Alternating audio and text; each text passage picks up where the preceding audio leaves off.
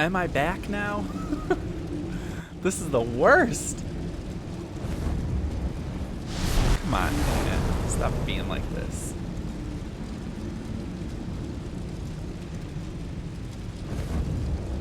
I think I fixed it. It looks like it's working fine. My monitor's not working fine. My stream monitor, so I'm still working on getting that back up and running.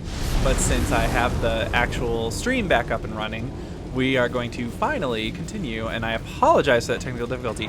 If you couldn't hear what I was saying when it right before it died, or right when it died, my power flickered, and it completely broke my internet in half. It just took it over its knee and just broke. Gutted.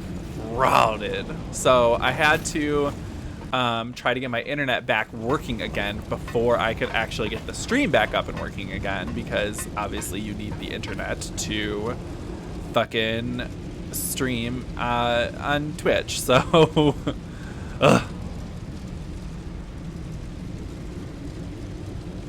so hopefully it's working now. Oh, hi, King Annihilate. How's it going, buddy?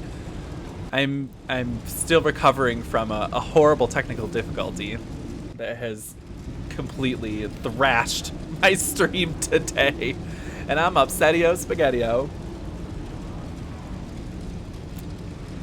Oh yes, I think I got the stream back up and working. Oh, my stream monitor actually finally fucking. Oh my god, I just hit my microphone. My stream monitor is actually fucking back up and working now. So, what an ordeal. Ugh. Truly, just probably one of the top 10 worst things that's ever happened to humanity. Sorry. Okay, now I forgot where I was going.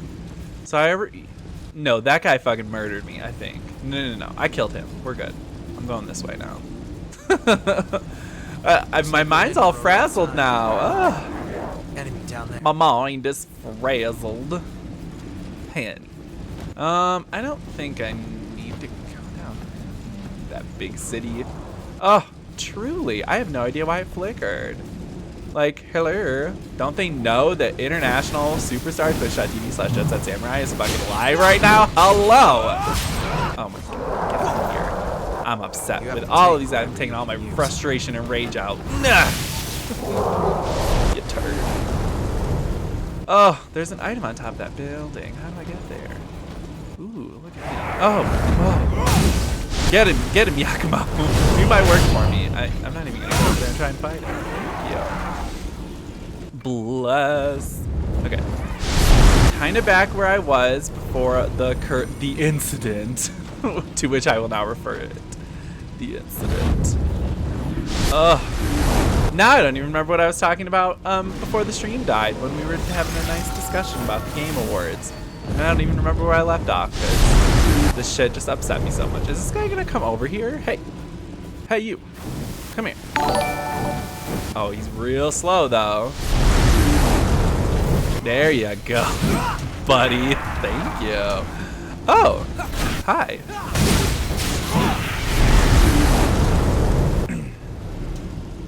I see you, and I zap you.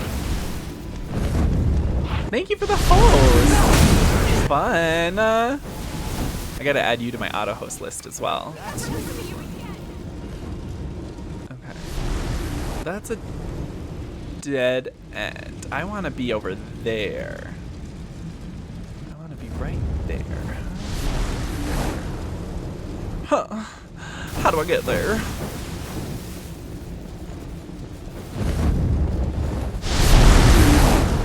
Where did you even come from? This is the way I came from. How did you get here? Oh. Oh, yes. Thank you. Thank you, King Annihilate. No worries. Yes. Please keep yourself fed and healthy and not starving and upset. Like I am like 80% of my life hungry and upset. No. Fuck. I forgot how to get where I was. I'm hangry now. Yeah, I'm literally always hangry. It's just like a state of being for me. Like there's a new Pokemon in the new Pokemon game, Sword and Shield, that has a hangry form, and I'm like, I didn't know that. When did I sign off on my likeness? And when am I gonna get the royalties? The Lost are really close. I did not need to come this way. Oh, okay.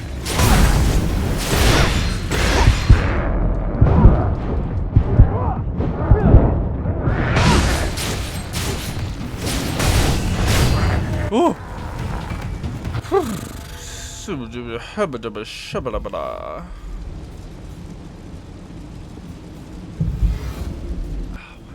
is my internet so fucking fucked?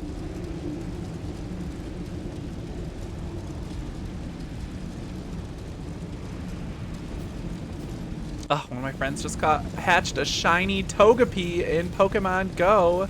Togepi is like one of my favorite Pokemon, and I'm honestly jealous because I still don't even have a good Togepi in Pokemon Go. So the jealousy, honey, she's real. Whoa. That was a mistake.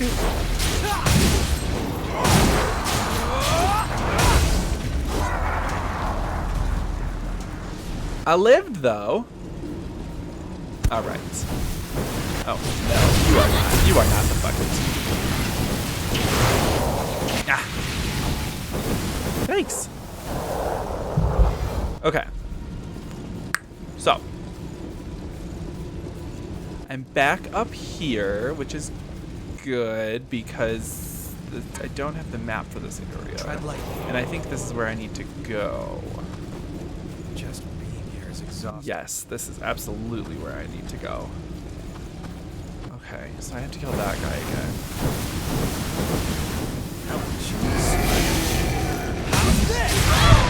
Oh.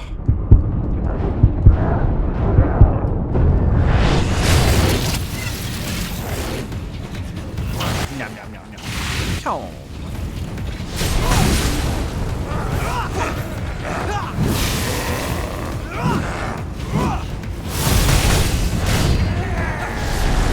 Okay. I think I need to go that way. I don't know why I keep doing this like horribly offensive southern accent today. It's really something else. Okay. Don't run too far ahead. Okay. I know where I am now? Question mark? Bring it any time. I think.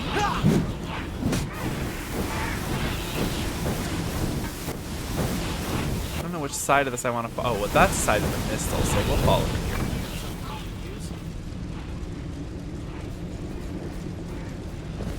And then I'll open this. And I'll rest here.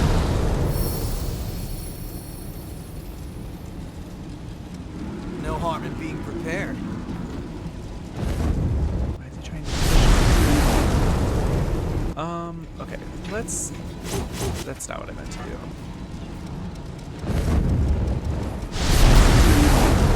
Let's see... I don't think I can upgrade my armor with any of those. Oh, but I do...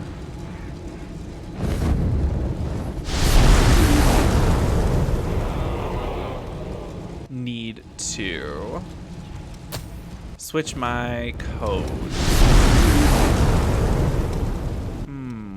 I think Artemis was the one that I wanted to switch it to. Look. Yes, that has the huge willpower bump, but then I cannot use the blood veil that I had on. So now I gotta switch to something else. I'll lower my willpower. Oh, that one doesn't.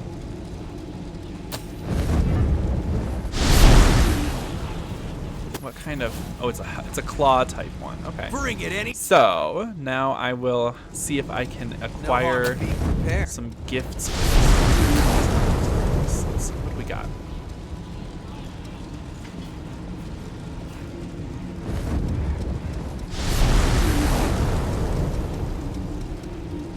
This is not the one, I don't think. Is it?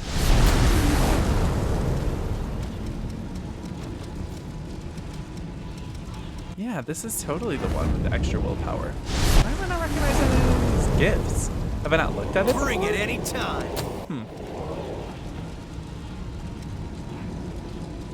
Manipulates Ichor to create a low-powered tracker that staggers any assailants. Ice armor would have been good before. Okay. What's sucking blades? Let's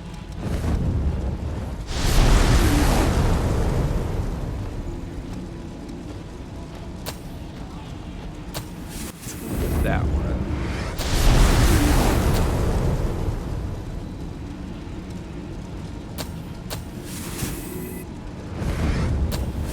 Okay. That's all I'm gonna get from this one for right now.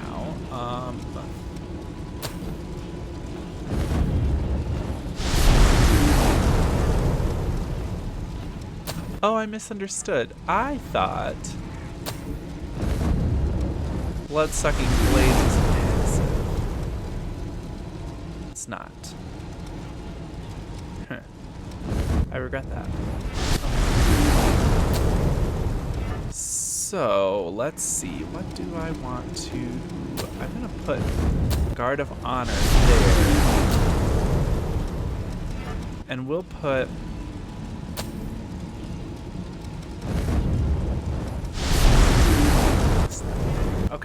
Okay. Oh, now that I got that all figured out. So well lit. Swarming. A little late on that one, Yakumo. Well, let's mosey.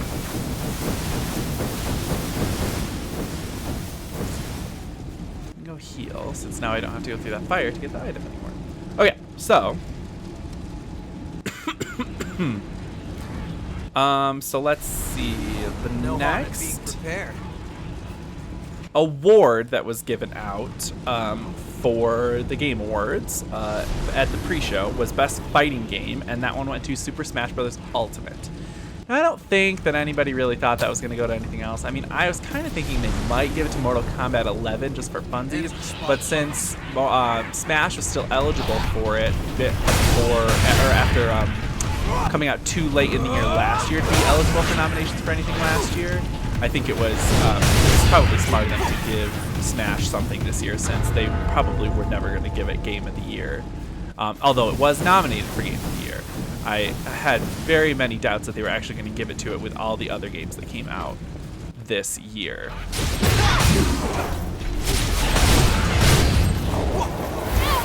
Ow. So, Best Fighting Game went to Super Smash Brothers. Yes, obviously. There are a couple obvious awards that I was just like, yeah, I'm just going to start writing down what I think it's the obvious choice, and they can just live with it. So then the final, I want to say this was the final world premiere of the pre-show, but they showed a trailer for the new game Humankind, which kind of looks like a Civilization style, like empire building kind of thing, which is very awesome, speaks to me very much. I love games like that. And it looks really cool. You have like your avatar that you make and everything, and then it seems like that's all going to carry over between like your empires, and you can like maybe share it online. It seemed very cool. I wasn't too clear on. They made a big deal about the avatars, and this was your empire in the like talking about the game. But then when it came time for the actual trailer, they didn't really show it that much. So I don't entirely know. I'm a little nebulous on the concept of the avatars and why it was so important and talked up beforehand and then not really shown in the trailer until the very end. And even then, it was like this weird moment where I was like, okay, wait, I thought this was supposed to be all about the avatars. And it was not. So, but that game looks cool. I'm a big fan of Civilization style stuff, so I'm really looking forward to that one and seeing what that is all about. Should I go that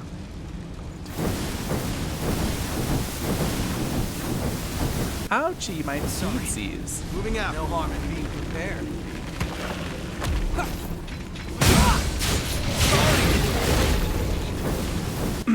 And then there was, nope, that's all of the awards and reveals that they did in the pre-show. So now we move on to the actual Game Awards itself. Oh, no. I lied right to your face. We got a trailer for No More Heroes 3. We got a truncated trailer, and then with the teaser that the full trailer was going to be available online as well. And it looks really sweet. I don't know if any of y'all have ever played No More Heroes, but that shit is wild and so good. So I'm really excited that this series could be making a full comeback, DMC style. Fingers crossed. You have to take whatever you can use. Yeah, and the trailer looked really awesome, and they kind of gave like a little fake out moment where you thought it was something very cute and kiddie, and then with like the talking about like the kid and the alien friend that he had when he was a kid, and then the alien friend is like, the cute little alien friend is like, I'm gonna come back for you in 22 years, and then it said like 22 years later, and the kid's a grown up now, and then the alien comes back with a whole crew, and he's like this badass, like fucking scary thing. And the kid's like, oh, what are you? And he's like, I'm a goddamn superhero. And then it shows like a title screen for like goddamn superhero is the title.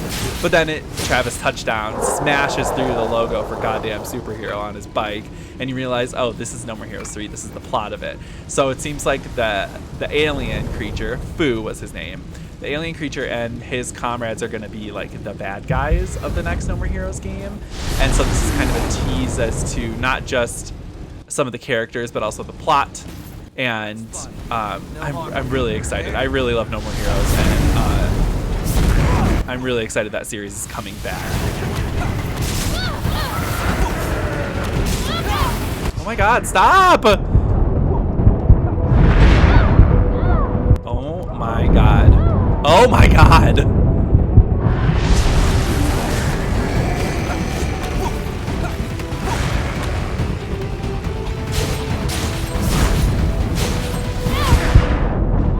Oh my god. This is horrible.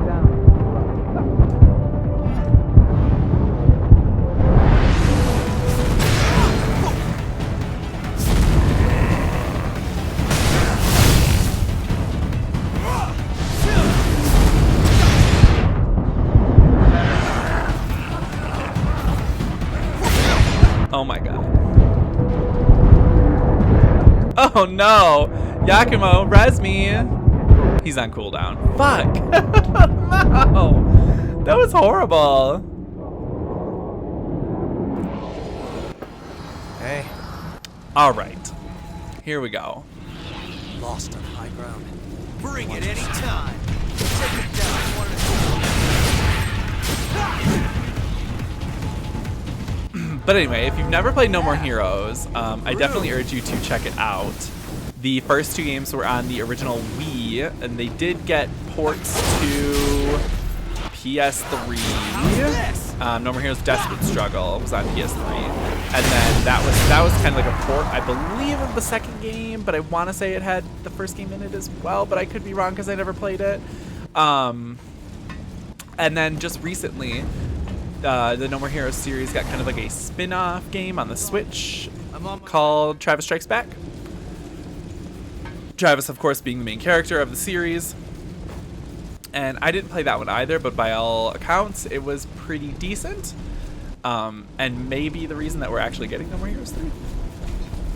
But anyway, the story is you play as a guy named Travis Touchdown who lives in a city called Santa Destroy. And he basically buys a lightsaber off the internet. And then it turns out that it's a fully functioning lightsaber. And by buying it, he kind of enters into a contract to be an assassin. He accidentally kills a guy named Helter Skelter, who is an assassin on the board of the best assassins. And so Travis Touchdown ends up taking his place on the board of assassins, like on the leaderboard, as the number 10 ranked assassin, and then so all the other assassins are coming to try to take him out, and so he ends up having to fight all of the different assassins one by one and climb his way up the leaderboard until he's the number 1 ranked assassin. And it's a really absurd premise for a game, and it's a really absurd game. It's super, super tongue-in-cheek, really absurd horror, not really horror, but comedy, kind of sci-fi weirdness to it. If you've ever played any, this is a game made by Suda51. If you've ever played any of Suda's other games, you kind of know the style, at least, that you're in for. This is games like Shadows of the Damned and wow. He's got some other ones that are really weird that I can't think of off the top of my head right now, so forgive me. But yeah, he has like a very distinct, weird style that is very, like, I love it. So I'm really looking forward to more because I was such a huge fan of the first game. Second one is also very good. The plot is not quite as good as the first game, but the gameplay is much more refined and What's that? they fixed a lot of the issues of the gameplay of the first game. So it's very, very good. I definitely recommend people go check it out. That's a hearty recommend from your old pal JetSetSamurai. Hearty recommend. I don't know where I'm going. Fuck, so long. That's fine. That guy took the blow. Not great in tight quarters. Bring it any time.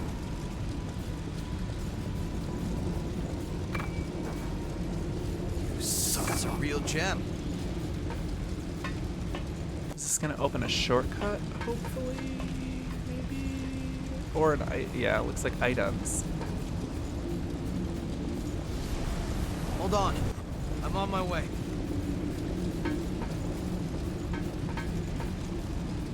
Pick up something we can use?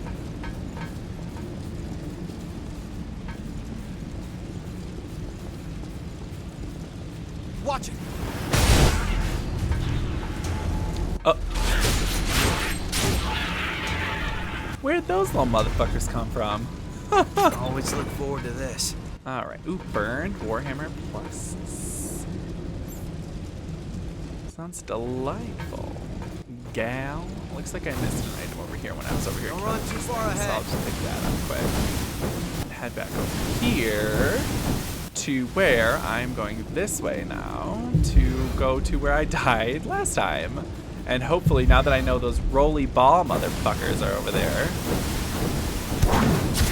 I'll have an easier time because I'll know that I need to focus them down first. No harm in being prepared.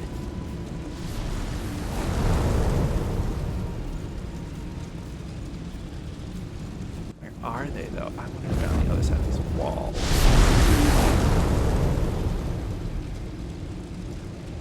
Okay, We have to get our revenge. grab that and then run back. Good. Hopefully aggroing the spinny balls? No? Okay. Well, good. That means I can go like this, and then back up.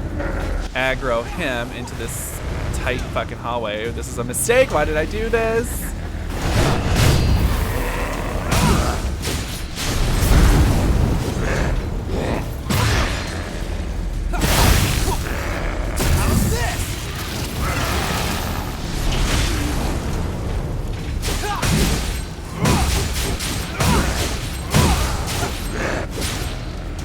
Oh, okay. Motherfucker dead. I've only got 2 health refillers left. Wow, that was almost horrible. Go away. Where are the roly balls? Where are the roly balls? See, I keep doing that weird southern accent. It's not even accurate. Oh. Bring it any time. Oh.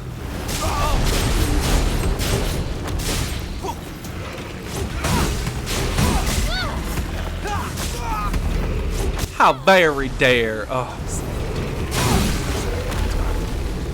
I'm also really bad at this game today, so I apologize for anyone tuning in and getting real disappointed. Oh, this wasn't even the way I was supposed to go. Oh, wait, yes, it was. Okay, well, that's fine. I like Let's treasure, open it too. up and White see, shall we? investment.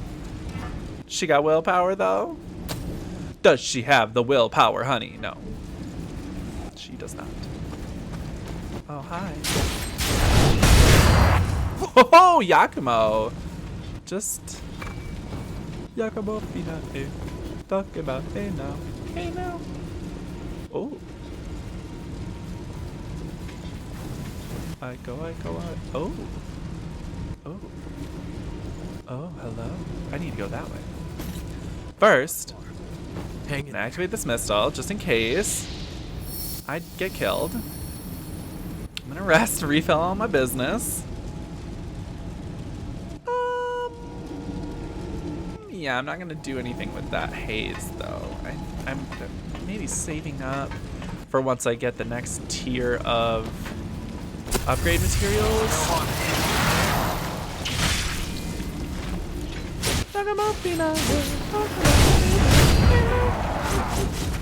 Ooh, good job.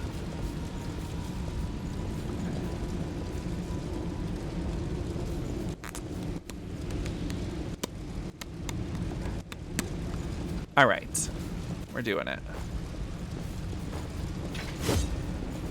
You have to take whatever you can use. Oh. Hello.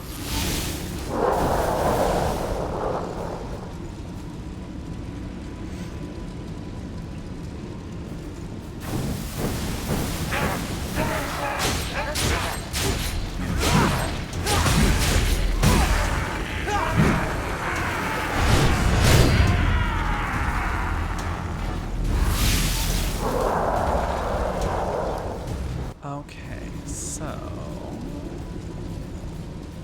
now we're gonna go up this the world's tiniest ladder. Did we miss a turn Look or at something? this guy. Hello, ice magic. Oh, hot fucking shit, dude. Oh. Ooh, oh, that's totally it. That's the next upgrade material that I need to upgrade my weapons and gear even further. Don't be ridiculous. That's a real Aren't gem. And there's a behind. stitch. A shathid. And now I need to go that away. Methinks. Oh my god. Oh, he's got a gun. Yeah.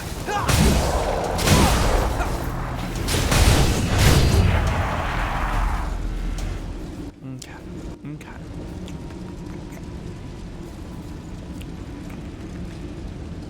Where do I need to be? Oh, wait.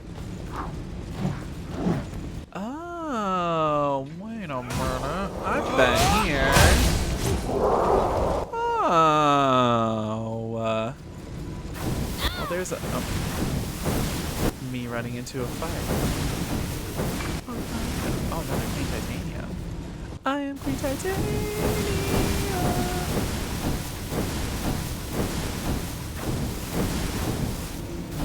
Well, wait a minute.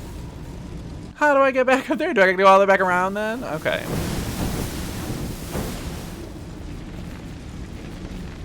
Now I wish I hadn't rested at that missile. Also, I don't remember how to get back to where I was.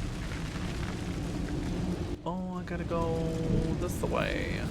Oh, I gotta kill that really annoying guy. Wow. Started swinging from 5 miles back. Bring it anytime.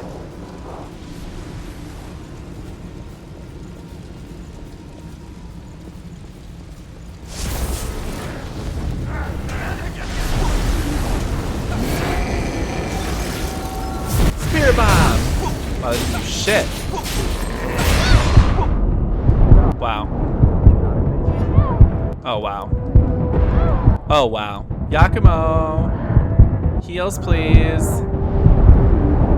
Yakumo! What the fuck? You're really dropping the ball, buddy. Jesus. Hey, you okay? Well, now I gotta go back and get my stuff. What a bummer. Don't want it.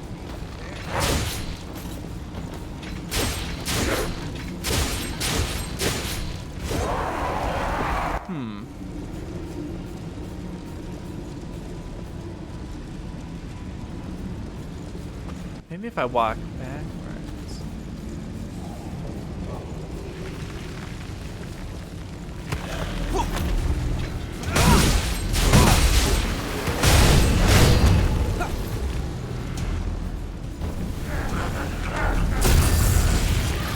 Stop that right now.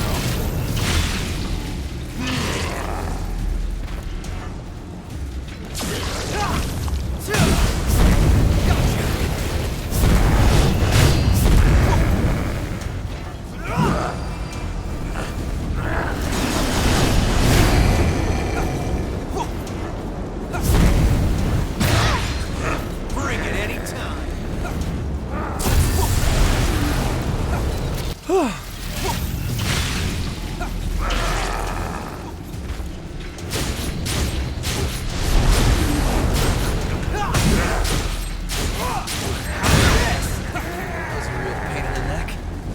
And now I get my stuff.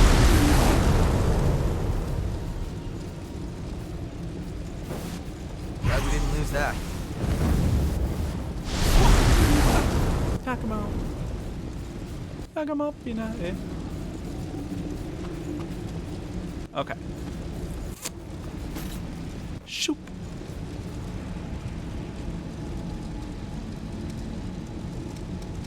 Oh.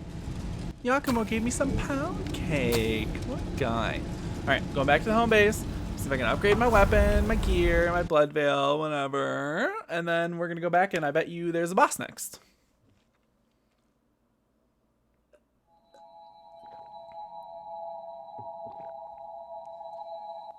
So I gotta prep for it. Let's see. I gotta equip some ice spells.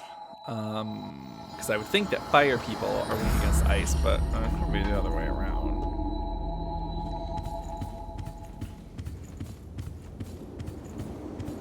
Oh, where am I going? Jesus, it's right here. I've got new. Upgrade. What do you want to weapon. upgrade?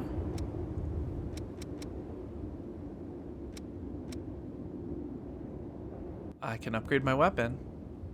I think I'm gonna.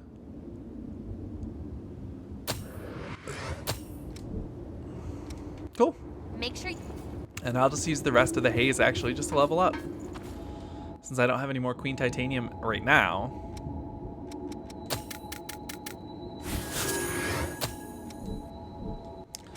Okay, let's get some stuff together. I'm gonna take that off. I'm gonna give myself freezing cartridges. And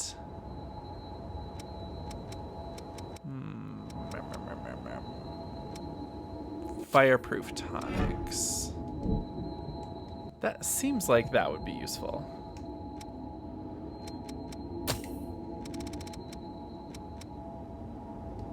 Okay, this is another successor, I'm assuming. So let's see. This might be difficult. Ow.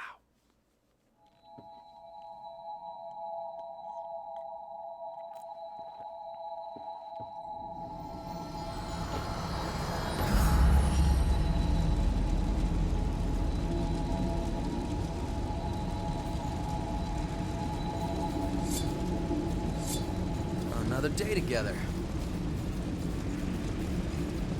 Is that the crypt? Just I've hold been on, waiting. Emily. Please, spin a thread of memory for me.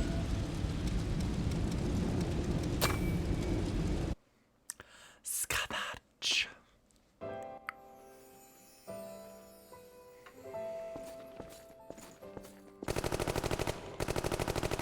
Reinforcements! 2 o'clock! Damn it, they just keep coming. Miguel, Emily, we're falling back. I can't walk anymore. Come on, fight. It's just a bit farther. We're all going back home alive.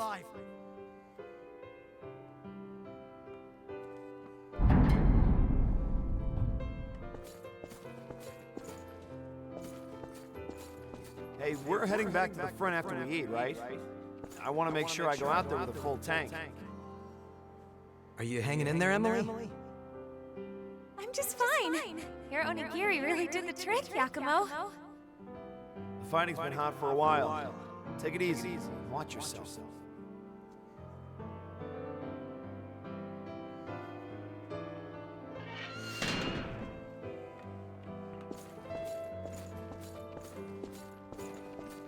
What are you doing here? You need to get some rest or else you're gonna be all groggy tomorrow.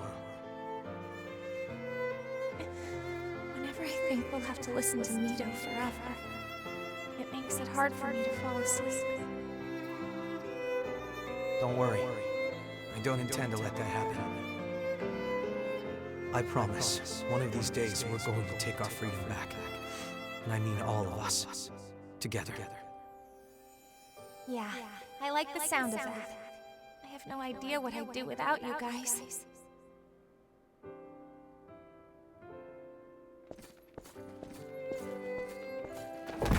So this Emily character, I bet you she's gonna be the successor.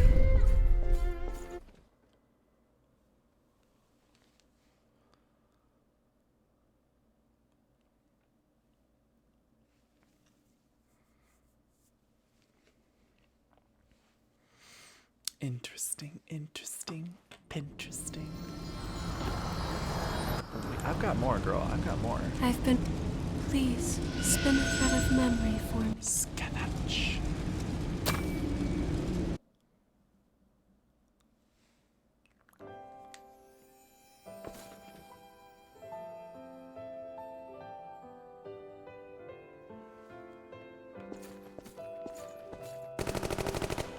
What the hell is this thing?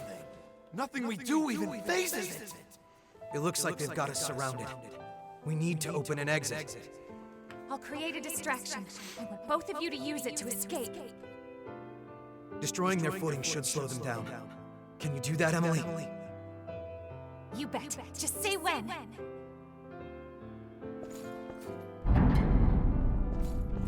You saved our hides this time, Emily. That was some sharp thinking. It's because I'm always watching you, Yakumo. My body just responded on its own. You're watching me?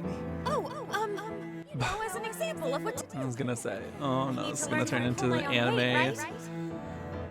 Oh no, I wasn't watching you. I like your It attitude. just, Looks like we don't have time to sit girl. chat.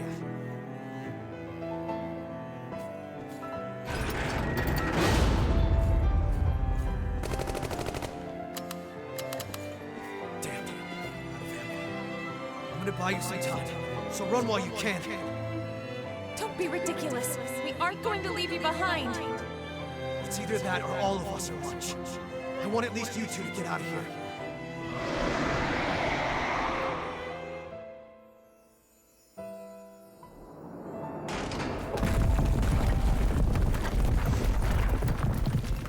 Run, damn it! Keep your eyes forward and move!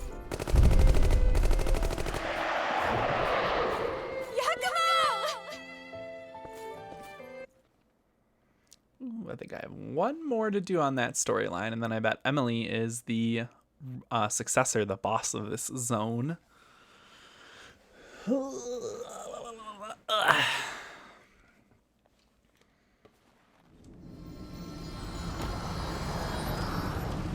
I've been waiting. Please, spin a thread of memory for me.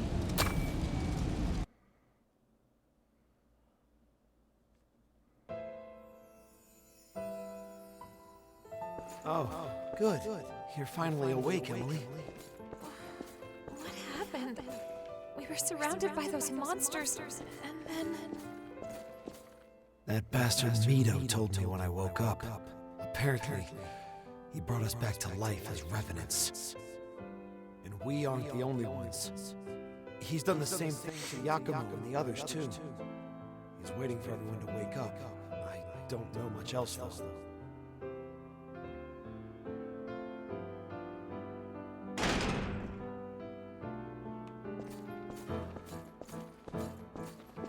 Only two of you woke up? Well, I guess it will have to do. It's time to put you to work. Are you kidding me? Why would we ever listen to you again? Because obedience is your only option. Unless you want me to dispose of your sleeping friends, that is. You son of a... Your task is simple. Defend me from the frenzied queen, laying down your very life should it prove necessary. I expect you to serve me diligently in this purpose.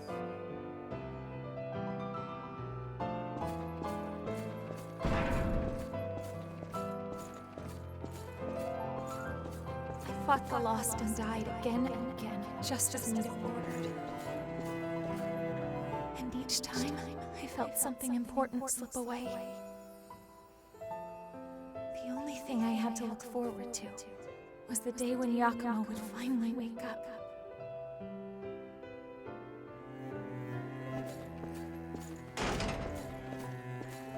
Excellent! Your efforts have provided me with a fine sample.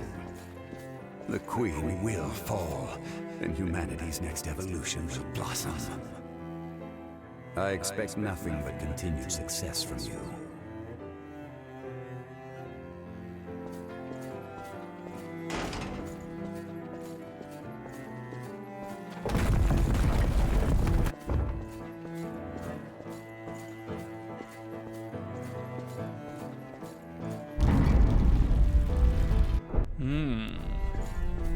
So it's either Emily or Mito is the successor in this area, although I want to say Mito was that guy that I killed earlier. But it could be Emily. I bet you more likely it's Emily.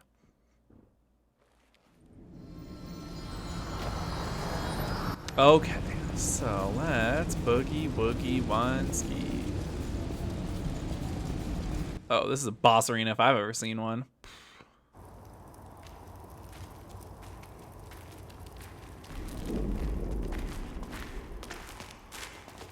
Is this finally the giant spider boss? Please tell me it's not. Oh. No, I feel like this game's not gonna have a giant spider boss because every boss has this sexy lady with their tits all hanging out. Ooh, she's like a cat lady. Oh, so it's Emily for sure then. 'Cause It's a just cat like lady. what happened with Nicola. Nicola.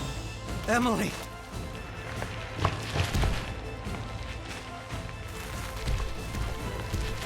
Don't be reckless. We have to.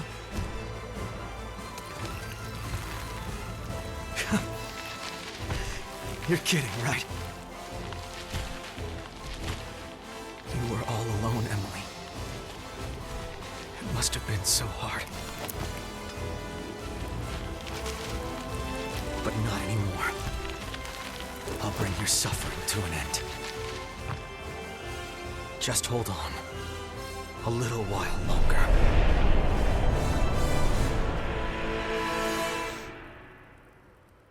All right. I feel like this is probably going to be a really hard boss because she looks really fast. And I'm horrible at fast bosses. Sorry, no longer help here. There.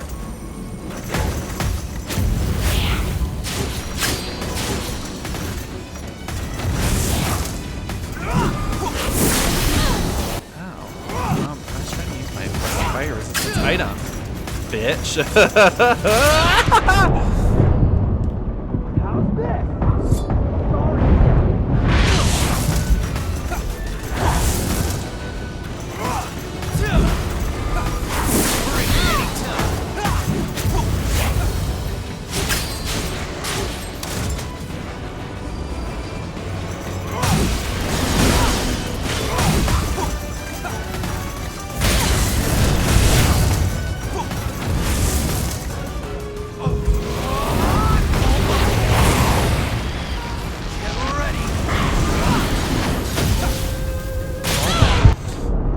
Where did she even come from? Ah! Oh my god.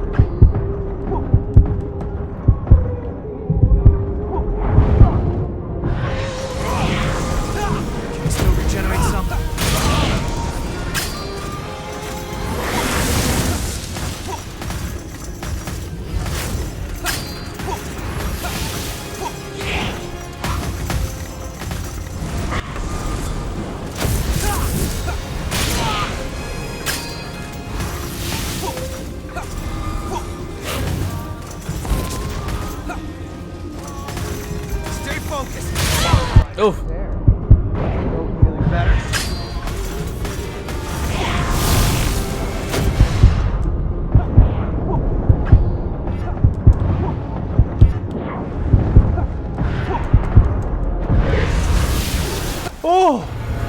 beat her first try.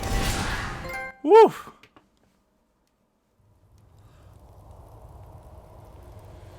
She wasn't that bad.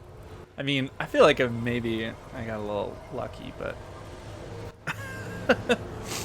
she really wasn't that bad. Certainly a lot easier than Reindeer Guy. And then, what's his big ass yesterday, right at the end of the, or Wednesday, right at the end of the stream. Wednesday's stream was rough. 2 hugely hard bosses right in a row. Please, make it quick. But she wasn't that bad. I owe And you that big fire time area for was this. horrible, so I'm really glad that I'm done with it.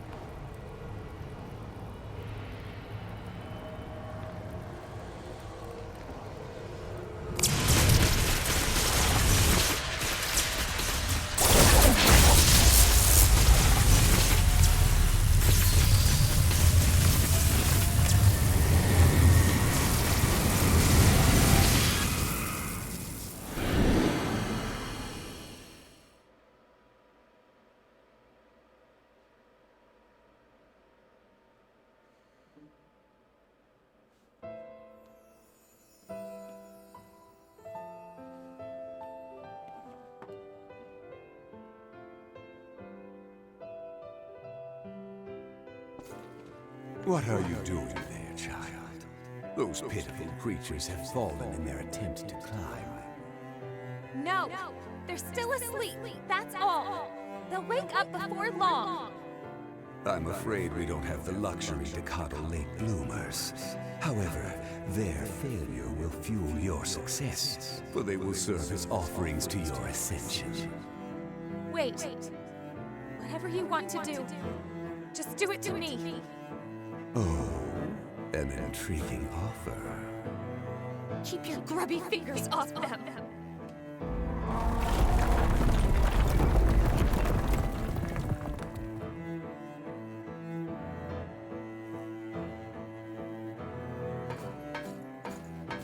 Don't worry, Yakumo. I'll keep everyone safe. I promise. So, next time we meet, you can pay me back with a bunch of onigiri. Got that? Small, rueful laugh. Take care, you guys. Oh. This Mito guy, I don't like him. Oh.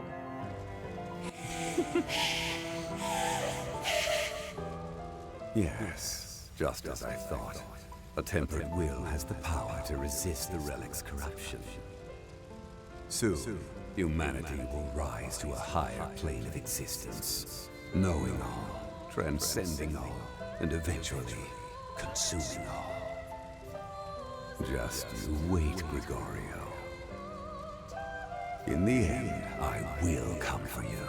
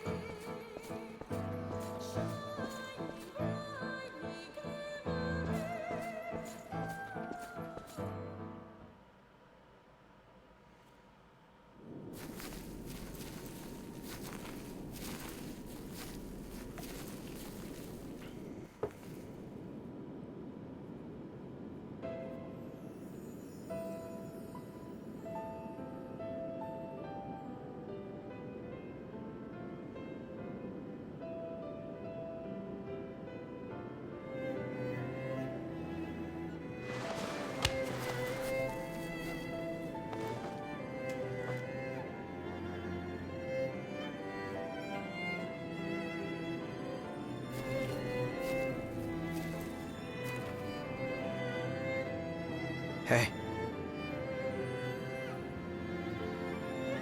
Oh. Yakumo? No way! It really is you, Yakumo! You're all better, too! That's so wonderful! sorry it took me so long to get here, but, well, Don't worry. It was my decision after all.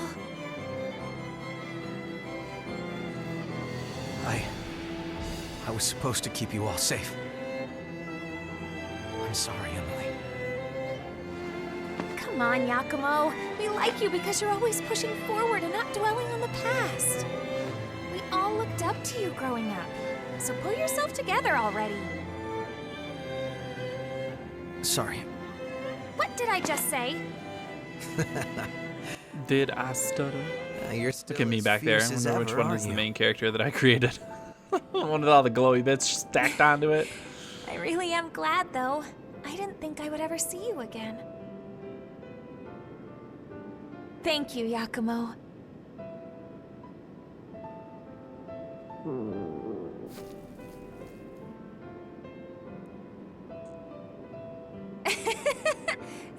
I guess stomachs don't know any better. Sheesh. Here, take this. Aww. I've been waiting for this. So good.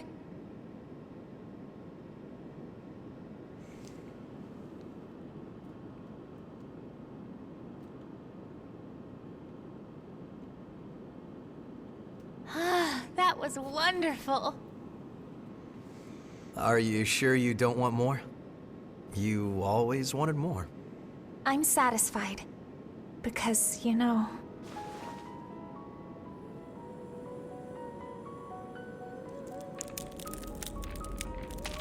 Hey, wait. So, Yakumo... There's something I'd like you to do for me. Do you remember how you used to hold me when I was little? Could you? Aww.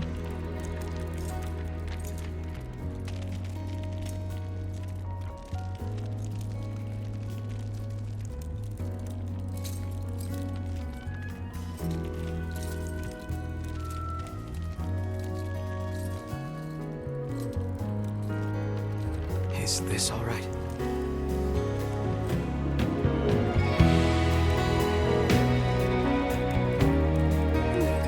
Perfect.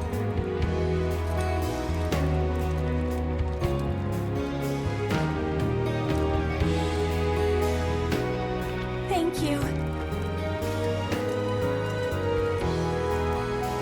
Emily. Yakumo, you know,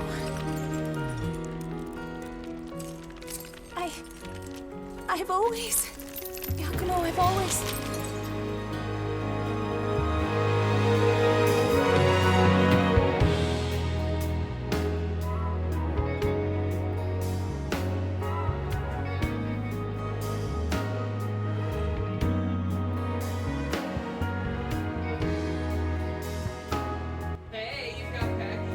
Oh. Oh. Thank you for bringing him in. Oh, no worries. I mean, what else was I gonna do? Oh. Pff.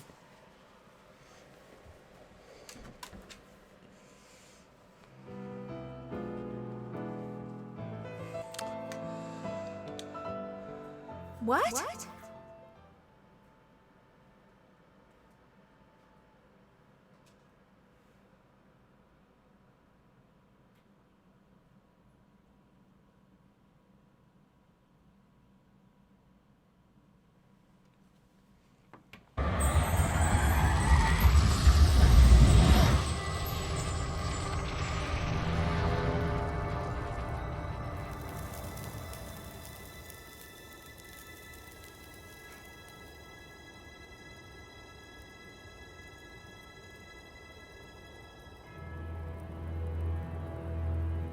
I wonder if I could have just walked out instead of restoring her.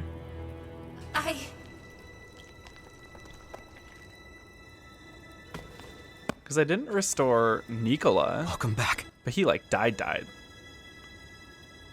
Good to be back. But I'm still in the same form as I was before.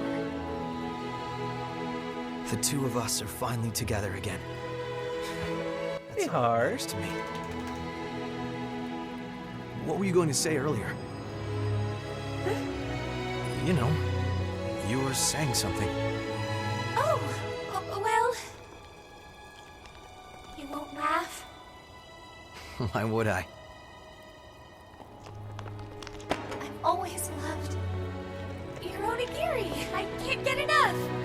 Wow, this is the most anime fucking thing ever. Oh, was that it? Well, you're in luck. Because for you, I'm happy to make as many as you like, as often as you want. She's like a giant cat demon vampire, and Good. she's like I'll be bashful waiting. about telling the human, well, vampire boy that she liked him. Anime, ladies and gentlemen.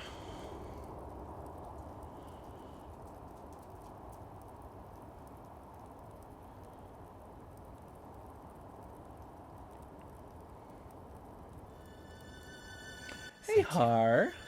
Emily. Come here, buddy. Here. You got me in your pocket now. You're already carrying a lot on your shoulders. Let's carry it together, okay?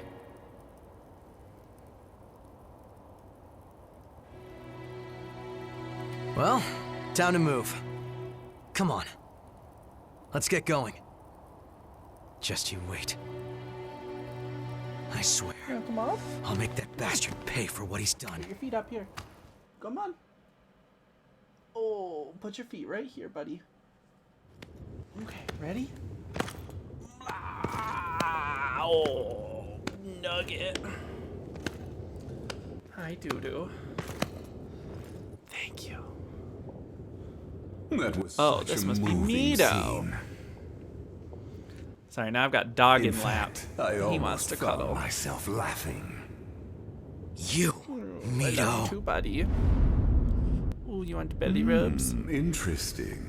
I don't see little Jack anywhere. Dealing with the successors was supposed to be his job. Come here. Saves us searching. Oh, nugget. Your ass! Thank you. Don't tug at my ear. Ooh. He's like, I've got a gang. Impressed. My guinea pigs have been gifted with the power of the relics. I must say, I'm grateful to the children, Yakumo. They were excellent test subjects. Damn you!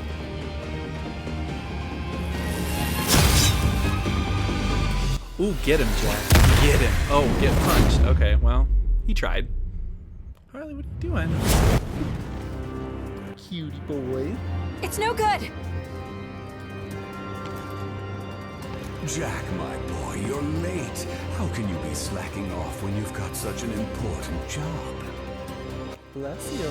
I'm here to take back all of the relics you stole. Oh, and do what with them exactly? After all, your vessel is broken. What are you talking about? Oh my, you didn't notice? I gave your precious Eva a little present. You're under the impression that you allowed her to escape. That is incorrect. I allowed her to escape.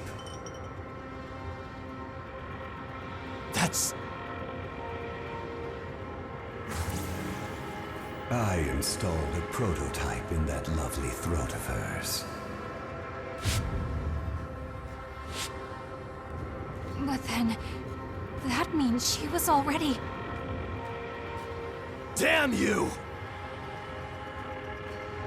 I imagine that she'll frenzy before long, and a frenzied relic will be compelled to seek Gregorio.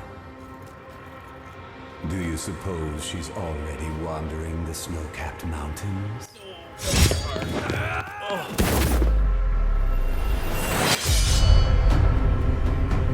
Mito! I'll destroy you!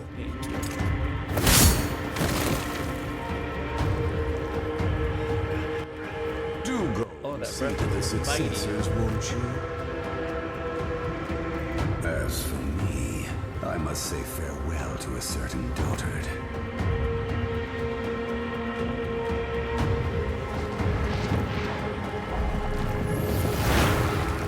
Get back here, you coward! can't be. Eva!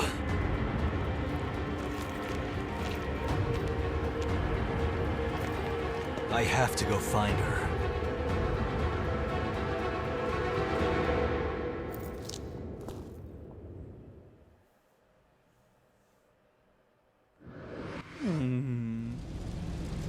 Okay, Harley, I gotta put you back on the bed, okay, bud? You me one last kiss? I love you. Hey, we're holding up. Love you, pretty boy. Oh, he's being so cute and cuddly. I figured during a little cutscene would be a perfectly fine time to just give him a little bit of loving. Yakumo, you came to visit!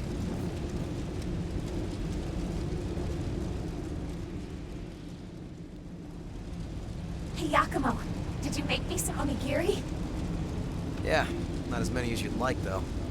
The things you have to do to get rice these days. Hooray! I can put up with anything as long as I have these. Thanks for going out of your way for me. Take good care of yourselves, you guys.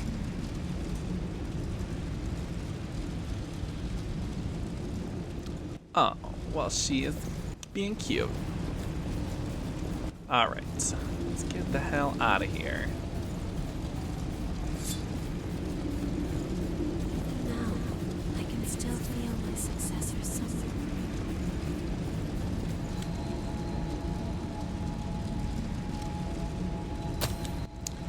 Alright, back to home base.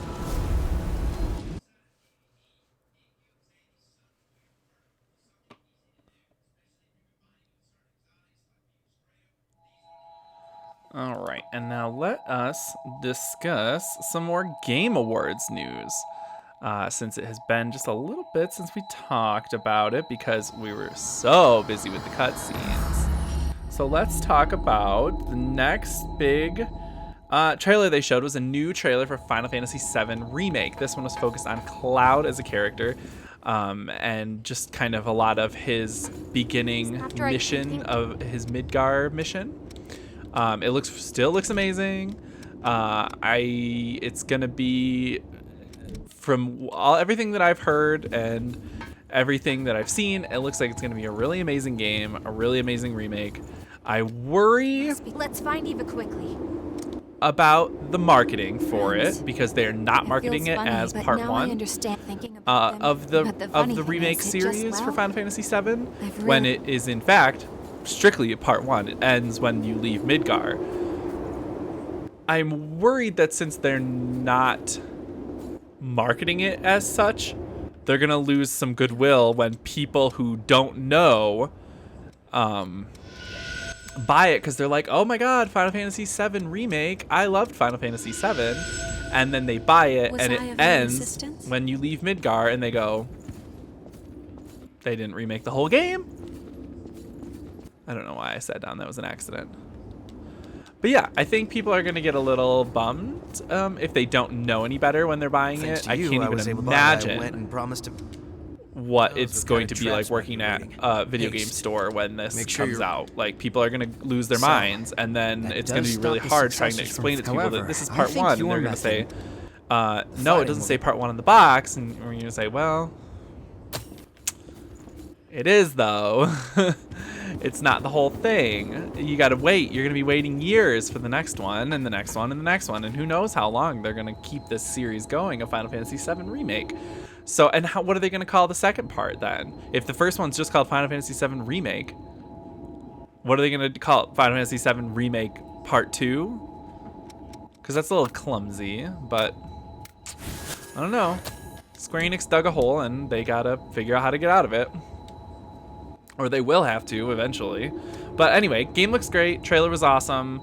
The graphics are insane. I can only imagine what it's going to look like when the next parts start coming out on next-gen consoles. From what we've seen of next-gen consoles with the stuff that they showed about the Series X last night, it's going to be amazing. And Square Enix has always been on like the cutting edge of graphics and stuff. Like, they've always been known for being very theatric and over the top with their presentation of games. You can play any Final Fantasy game to realize that. So yeah, that's that. And so now we move on to the actual show. That was the end of the pre-show. And so at the beginning of the actual show itself, They did. Wait, we'll go to the Bridge of Frozen. Maybe. Or I wonder if it's the thing that's going to be at the bottom of that thing. Let's go down there first. Okay, so anyway, so the first actual award that they announced during the show proper was for Best Narrative. Now, there were a lot of really good games that were up for this award, including Control, but it ended up going to Disco Elysium, which is a very small indie game on PC that I've heard nothing but amazing things about. So I'm kind of waiting to see if it's going to come to console, because I really want to play it on. I prefer to play it on console over PC, but it looks amazing, and everything I've heard about it, everyone says it's Game of the Year for sure. It did not win Game of the Year. It was not even nominated for Game of the Year at the Game Awards last night. But from what I've heard from personal testimonies, that it is really, really amazing game. So that won Best Narrative, and then it also won Best RPG. So good for them. Congratulations to them. That's a really awesome thing to do with your first. I think that was that studio's first game. No, that can't be right. Because otherwise they would have been nominated for Fresh Indie Game. Well, anyway, so Disco Elysium was the first proper winner of the show last night with 2 awards, and then right after this is when they announced the Series X stuff, and that was it was introduced by Jeff Keighley talking about how things get leaked all the time in shows like this, but every now and then you get really lucky and something really big does not get leaked at all. And then he rolled the trailer, and I gotta say, it's amazing that something like this did not get leaked beforehand. Like, I'm amazed at just the sheer audacity of Microsoft to say, oh, we're going to show this at the Game Awards and not E3 or our own proprietary event. And also, nobody's going to fucking leak it. Like, that's phenomenal. Just insane. Hold on. I'm on my way. And honestly, not really any of this stuff that was announced last night at the Game Awards was leaked beforehand, which is also amazing. The only thing that was leaked beforehand was revealed beforehand, and that was the Ghost of Tsushima trailer being there, which we'll talk about that when we get there. I have issues with the Ghosts of Tsushima reveal trailer, mainly one, but Look, we'll go after this cutscene. There used to be just ruins here, but now they've been turned into a desert. The successor who created this crypt used their very last ounce of strength as they struggled to resist their relic. The wind scattered salt from a dried-up lake over the land nearby, making it barren. Now it's the same kind of desolate place as the one where Eva was born. She and I promised each other that if one of us fell to the thirst, the other would have the last of their humanity. Eva is waiting for me, just over there. I'm talking too much. I mean, that's the first time Anyway, you really talked to me, I'm going Jack, on so... ahead. This is between me and Eva.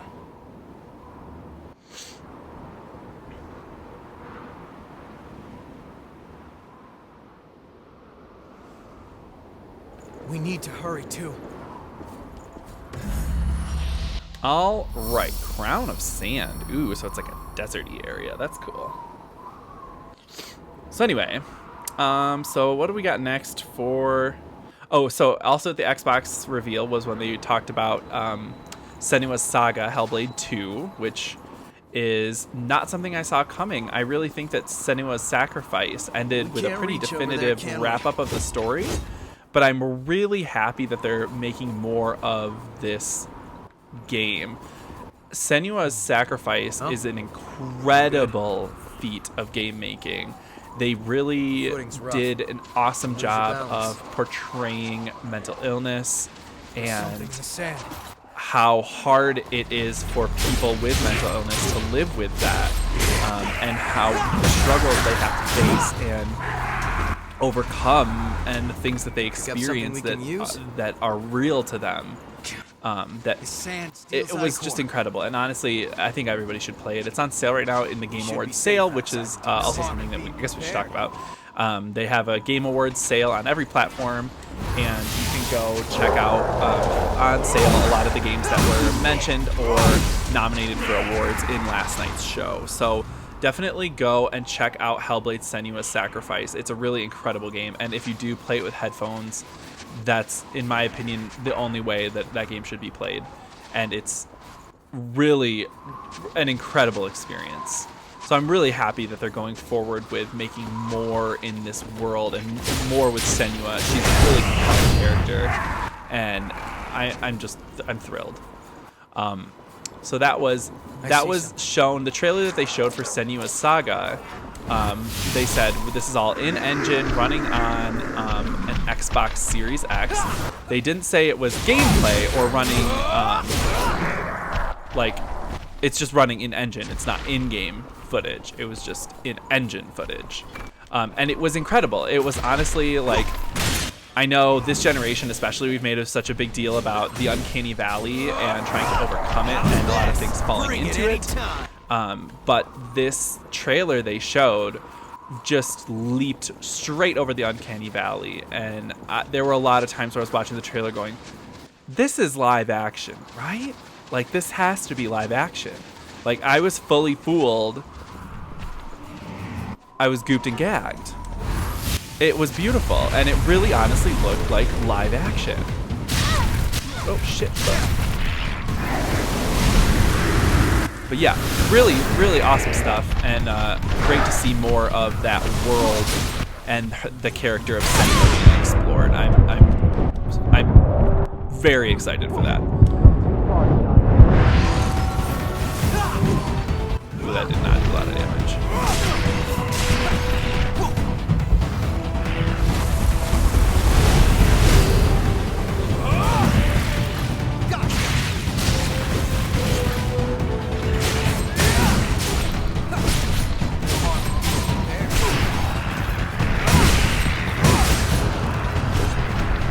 Ooh, that guy was hard.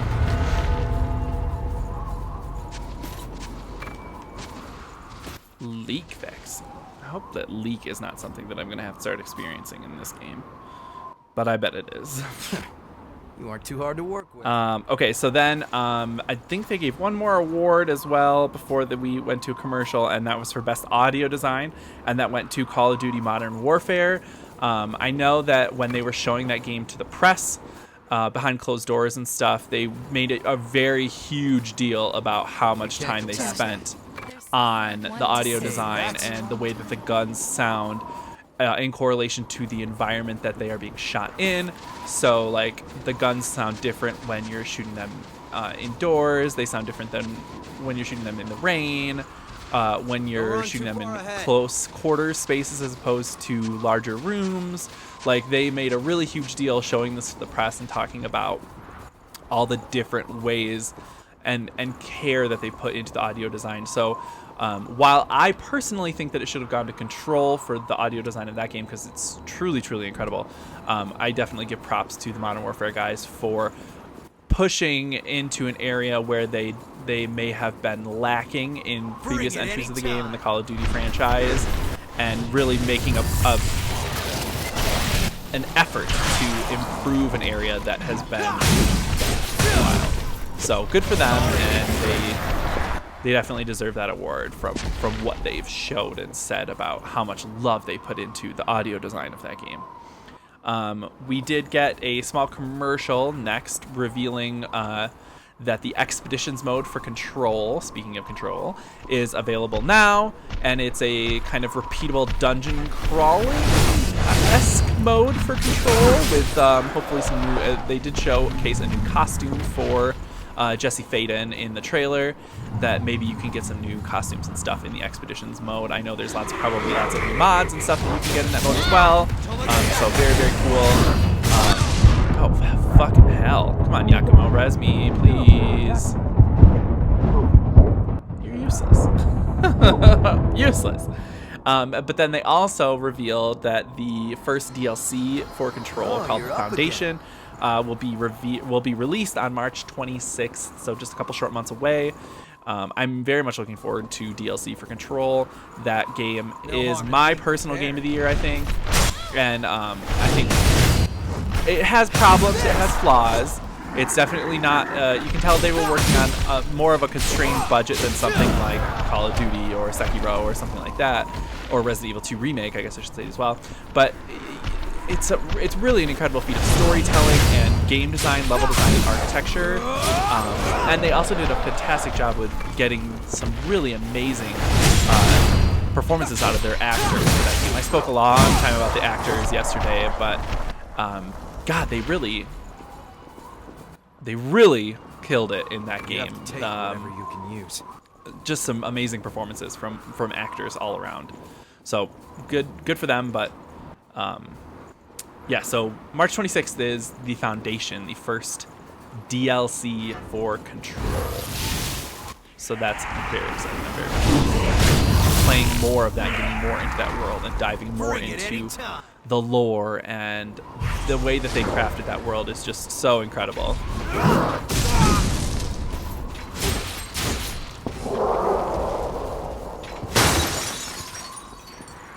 Watch out for hidden lost. There's something in the sand. Well, that was rude.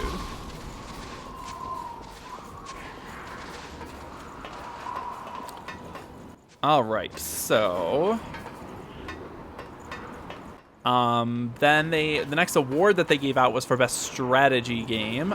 This was weirdly the only category that Fire Emblem Three Houses was nominated for.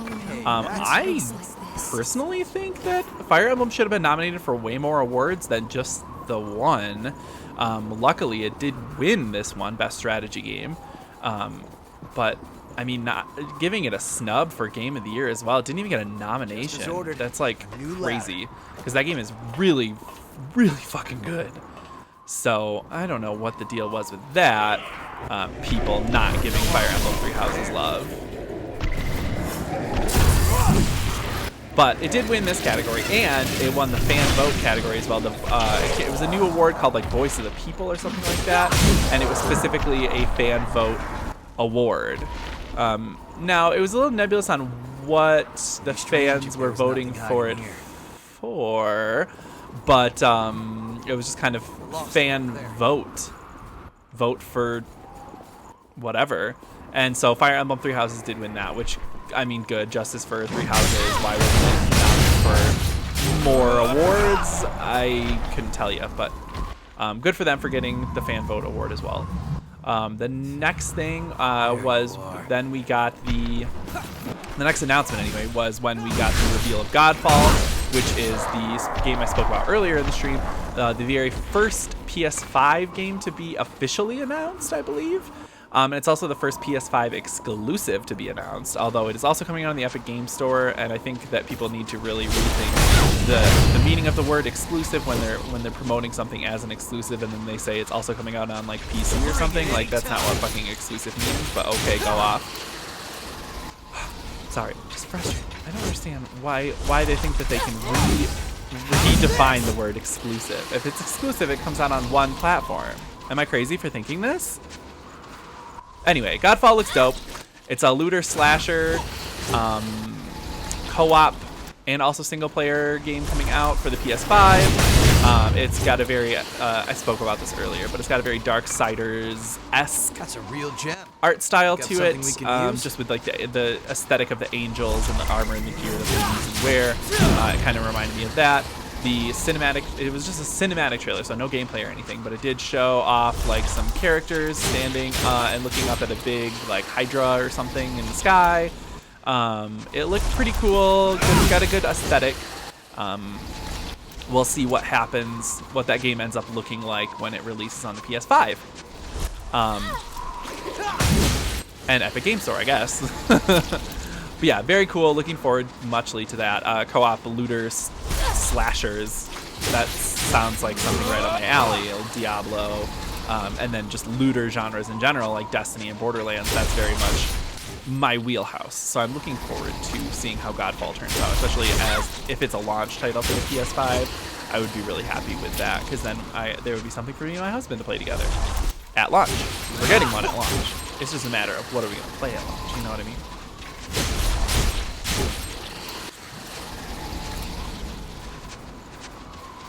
So yeah, very much looking forward to that. I don't know why that was such a large sandy room for not a lot of loot. Oh, I already killed that guy once. I ain't trying to do it again.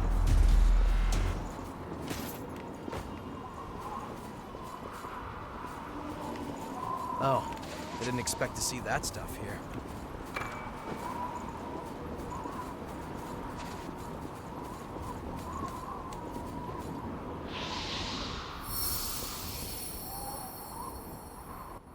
Let's see.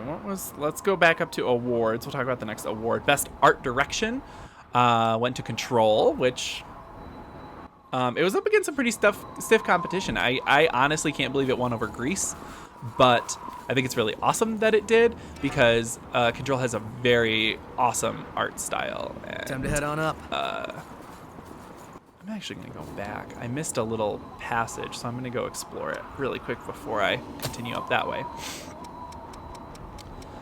But yeah, so best art direction went to Control. Very cool. The levels in that game, the areas that you go to in the oldest house are some really awesomely designed areas, and just every room you go in has a story to it and like a cohesive theme. It all tells a story about the world of Control, and it's just, the art style is really, really incredible. So I'm happy that it won. I'm very happy. Next, let's see. We got another reveal. This one is really cool, but it also is really infuriating for a reason I will tell you about in a minute. They revealed a new Bravely game. So if you've ever played Bravely Default or Bravely Second on the 3DS, we got an announcement for a new game in the Bravely series. It is called, bafflingly enough, Bravely Default 2, even though we got a Bravely Default 2 and it was called Bravely Second. Everything will be all right. So I don't really know why they called it Bravely Default 2 and not Bravely Third, and keep with the naming scheme of the other games. But Square Enix gonna Square Enix, I guess. Remember when they made a game called fucking Infinite Undiscovery? Pepperidge Farm remembers. How did I go this way? Why don't I just go back and teleport? But anyway, very cool. Bravely Default. I got to the final boss, and I wasn't quite good enough to defeat the final boss. But I really loved the story of that game. The complaints about that game that people have are very valid. The repetition in the last third of the game is a bit fucking much, but it mostly is optional, and you can mostly skip past it, but you're gonna miss out on a lot of very challenging content and some secrets and stuff like that too, and good cutscenes. Oh my god.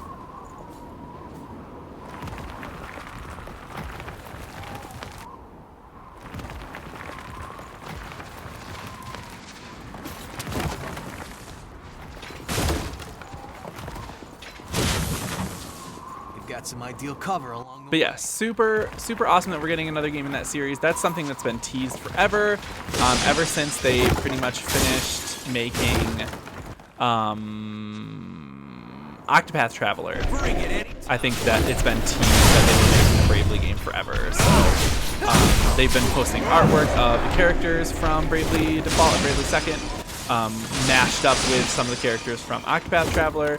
And so I think people were maybe expecting a crossover game between the two, but it looks like we're getting a whole new game in the Bravely franchise that doesn't have anything to do with Octopath Traveler, which is very cool. So I'm very much looking forward to her. Let's see. And it's on the Switch, so it definitely, the art style is a lot more refined than the 3DS entries, which is good, because those, while beautiful games, definitely could use an update on the graphics.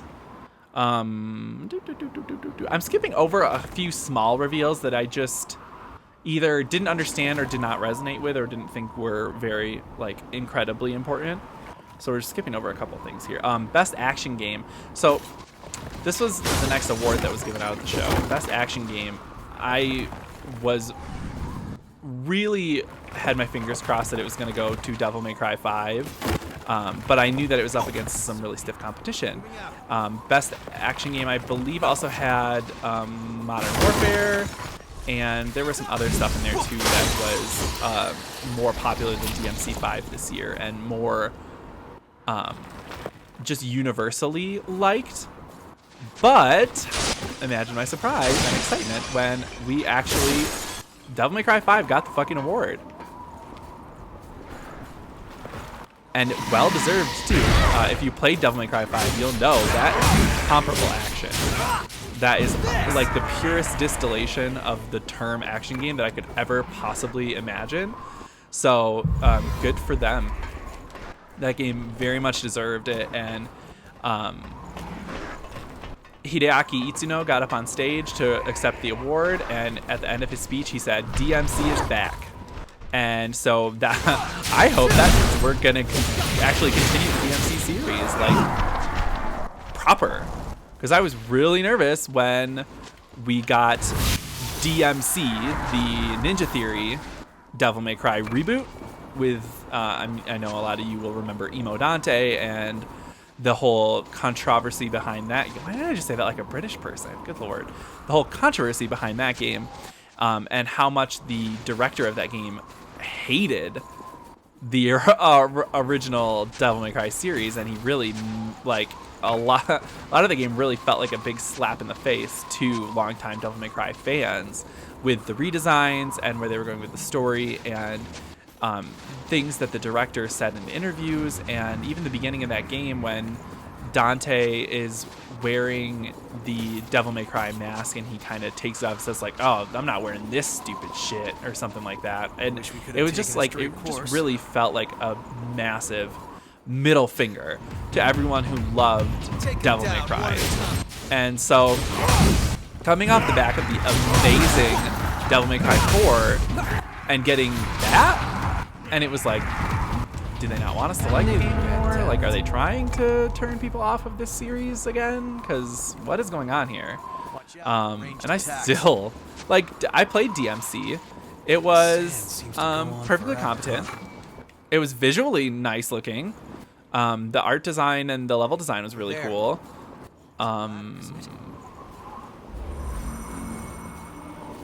Choose your ground well. I honestly don't really want to say anything else nice about the game because the game didn't have anything else nice to say to its players. So, just on principle, fuck that game. And I'm glad that we never are continuing with that Devil May Cry storyline. And instead, we miraculously somehow got an actual full-on fucking sequel to the regular series Devil May Cry. And I never thought we were going to get that. So it's a miracle that we even got Devil May Cry 5 in the first place. A delicious, delightful miracle, because that game is incredible. If you haven't played Devil May Cry 5, please go fucking play Devil May Cry 5. If you like action games at all, it's really goddamn incredible.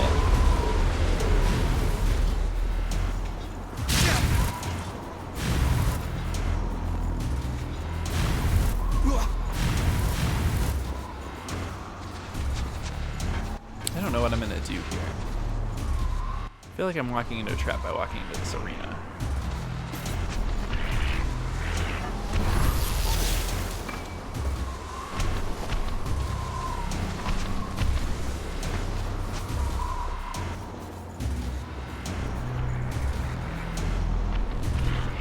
What do I do here?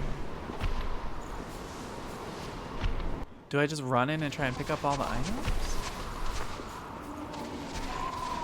Oh.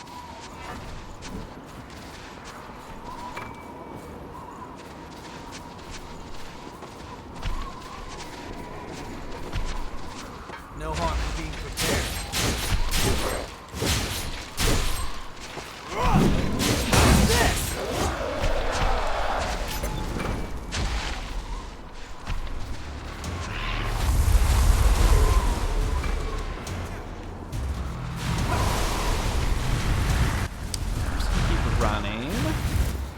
Away.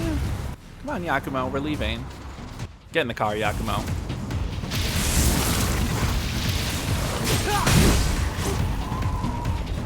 Oh, he looks difficult. Man, I don't have like any fucking Ichor either.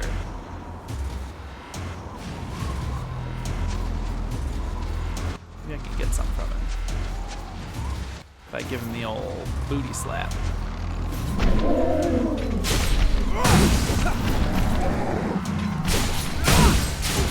Oh, he's not that hard. Well, never mind. I was all worried about him, but he was kind of a pushover. All right. Let's go. Let's head on down. Or should we go this way? I think I'm gonna go this way.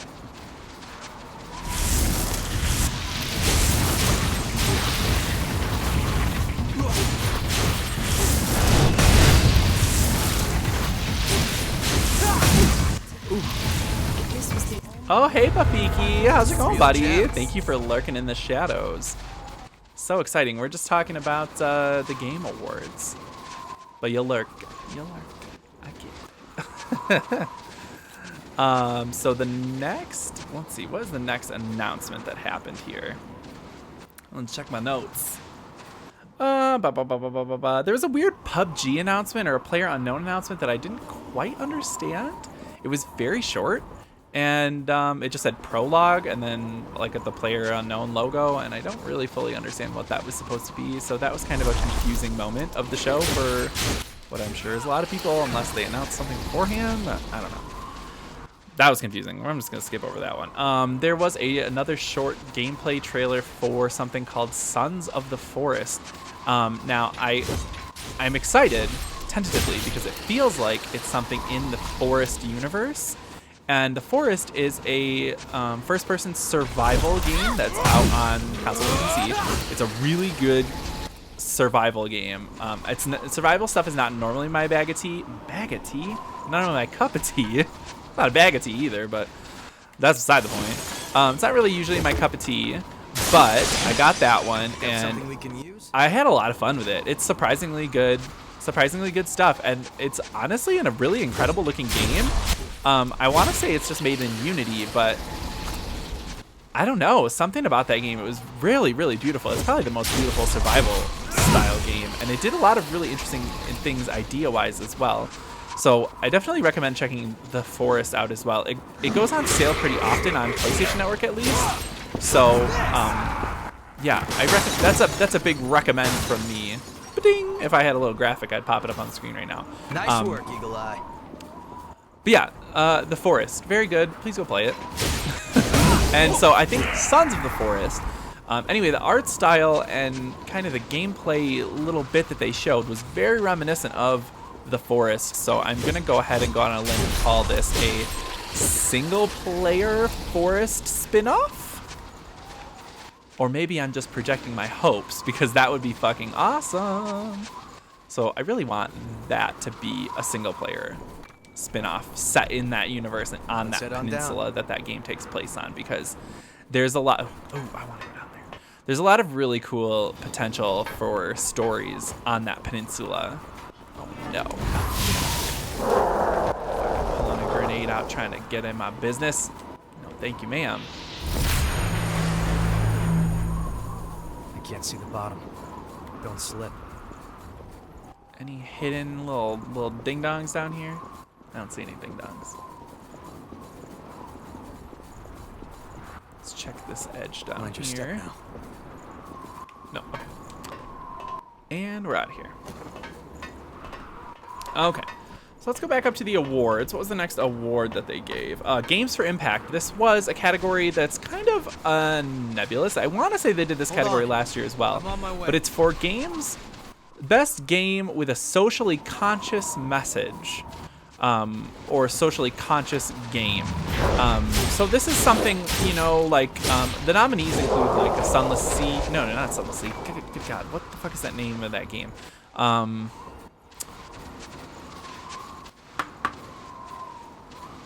What is the name of that game? It's about depression. Fuck. I don't remember the name of it. Anyway, Kind Words was also nominated, which is a very cute, I'm hesitant to call it a game because it doesn't really have a ton of gameplay to it, but it's kind of this thing, we'll just call it a game for the sake of, since I don't know what else to call it. It's a game where you kind of log on and you can write messages about, like, you know, if you're having a bad time or you're going through some tough times in life or something, you can write a message, and it kind of goes out into the ether, and then other people, murked me. Other people playing Kind Words can see your message, and then they can also write you kind words and say, like, you know, we're all going through tough times, and you can do it. I'm sorry that you're going through something like that, stuff like that. Like, people just write you kind letters in response to your letter that you send out. And then you start getting letters from people that you can then send them letters back to. And it's just a very cute little experience. It's not, again, hesitant to call it a game because there's not really a whole lot of gameplay to it. But it's very cute, and I think it's really awesome that developers are kind of using their space and their talents to help people that maybe are going through a tough time, since sometimes people that are going through stuff like that don't have anyone to talk to. And I know that experience all too well. And sometimes, the people closest to you think that they can help, or they say, like, oh, you can always talk to me, but it's not always that easy. So sometimes you just need a stranger to listen to you, because it's easier to tell them your worries than someone close to you sometimes, because you don't want to worry them, or you don't want them to think any different of you. And so Kind Words, very cool thing. Life is Strange 2 was nominated on this category as well. I haven't played Life is Strange 2 yet, but I'm a huge fan of Life is Strange 1. What an experience. And Grease was also nominated for this award as well. This the Games for Impact award. That game. This thing put us through some trouble. Again, I haven't played that game. I want to really bad, but presumably it's also about, some sort of socially conscious message. Oh, Concrete Genie as well. That game's about bullying, and so that got a nom on the category as well. But ultimately, the winner was, I've forgotten. Grease. Grease is the winner of this category.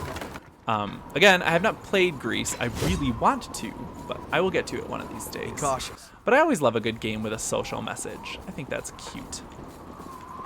That's just a loop. So yeah, I think a lot of people in the gaming community don't necessarily think about things like that very often. And the gaming community can be pretty crass sometimes, and not just crass, but like, I don't know, not really understanding of other people's feelings and outlooks. And I think that that's unfortunate, and it's something that we could all work together to change a little bit here and there. So Games for Impact, I think, is a really cool category, highlighting games that do something interesting like that. So moving on, so Grease got that award, and we'll move on to the next announcement that they did. Let's see, let me scroll back down to my notes. So this was, so a couple weeks ago, there was news that Riot, who makes League of Legends, was doing something called, and now I've forgotten the name, now that I'm live on a fucking camera. Riot explained that they had a new initiative where they were going to be funding development to smaller developers, external developers, to come in and make games set in the Runeterra universe, which is the League of Legends universe. I know nothing about League of Legends. I only am speaking what I've heard about League of Legends. My knowledge of that universe is tangential at best. So I'm not an expert by any means, but so Runeterra universe is the League of Legends universe, and they announced an initiative to give smaller developers some funds to make games set in that universe that are maybe single-player games or spin-offs and stuff like that. So the next game that was announced was the first game in that sort of initiative space, and it was called Ruined King. It is a single-player League of Legends game. It is a turn-based RPG with art done by Joe Madureira, who did all the art for Darksiders as well. So that seems like that's going to be really cool. I think there's definitely not enough people making turn-based RPGs these days, so anything in that space is really awesome, as a huge fan of that genre in general.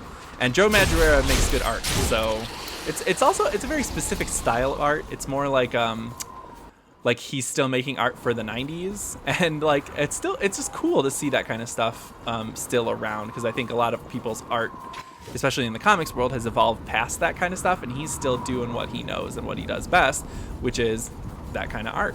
So good for him, and this game sounded very cool. They didn't really show anything about it. I think there was a very short teaser trailer for it that I clearly did not have an impact on me because I don't really remember it.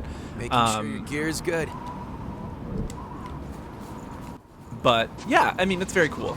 And I think it's really awesome that they're doing stuff in the League of Legends universe that isn't League of Legends stuff. So they're kind of reaching out to new audiences to kind of get people interested in that universe that maybe aren't already playing League. Like, I'd have never played League of Legends, and a turn-based RPG definitely will interest me, though, a single-player one. So if I say, I'm like the perfect audience for this. Make sure If you I don't go sell out in too much. These humans die easily from blood loss. and play this single-player turn-based RPG, and I like the universe and I like the characters, maybe I'm the kind of person that will go, well, wait, this is a spin-off, so let me get into more of this gig, and I'll get into League of Legends or give it a try at least. I mean, personally, I probably wouldn't, but I'd love to play more games in the turn-based RPG universe.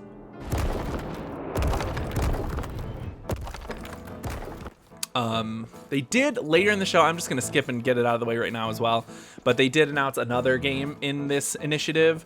So another game set in the Runeterra universe. This is a single player action platformer game with time manipulation elements. It's called Convergence.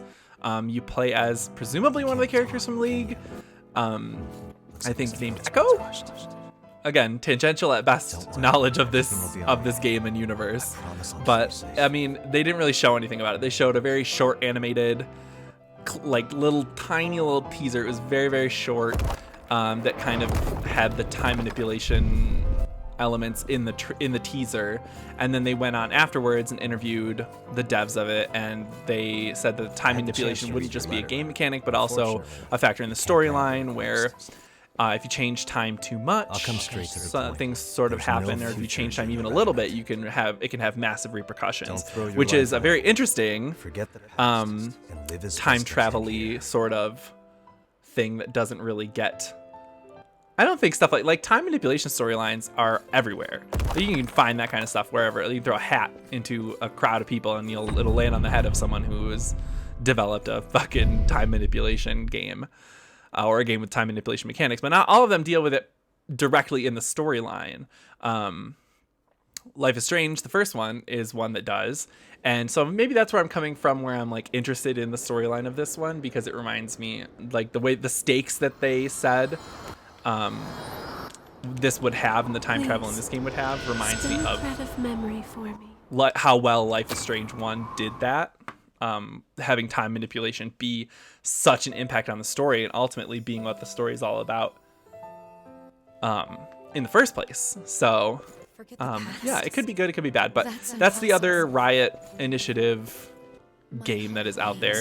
Again, it's something I'm vaguely interested in, but I know nothing about that universe or characters, so it could get me interested, you know what I mean? What can I possibly do to make it easier for him?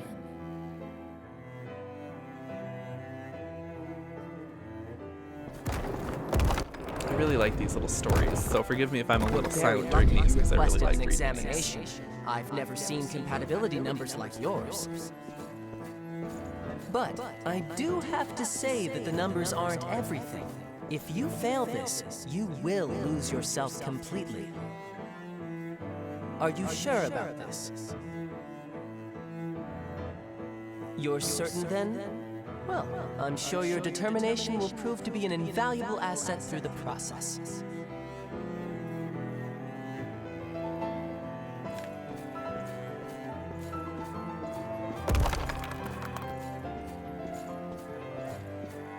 Jack! You can talk? Wait. The new successor they mentioned. Jack, there's something I've wanted to say to you for a long time. Thank you for saving me.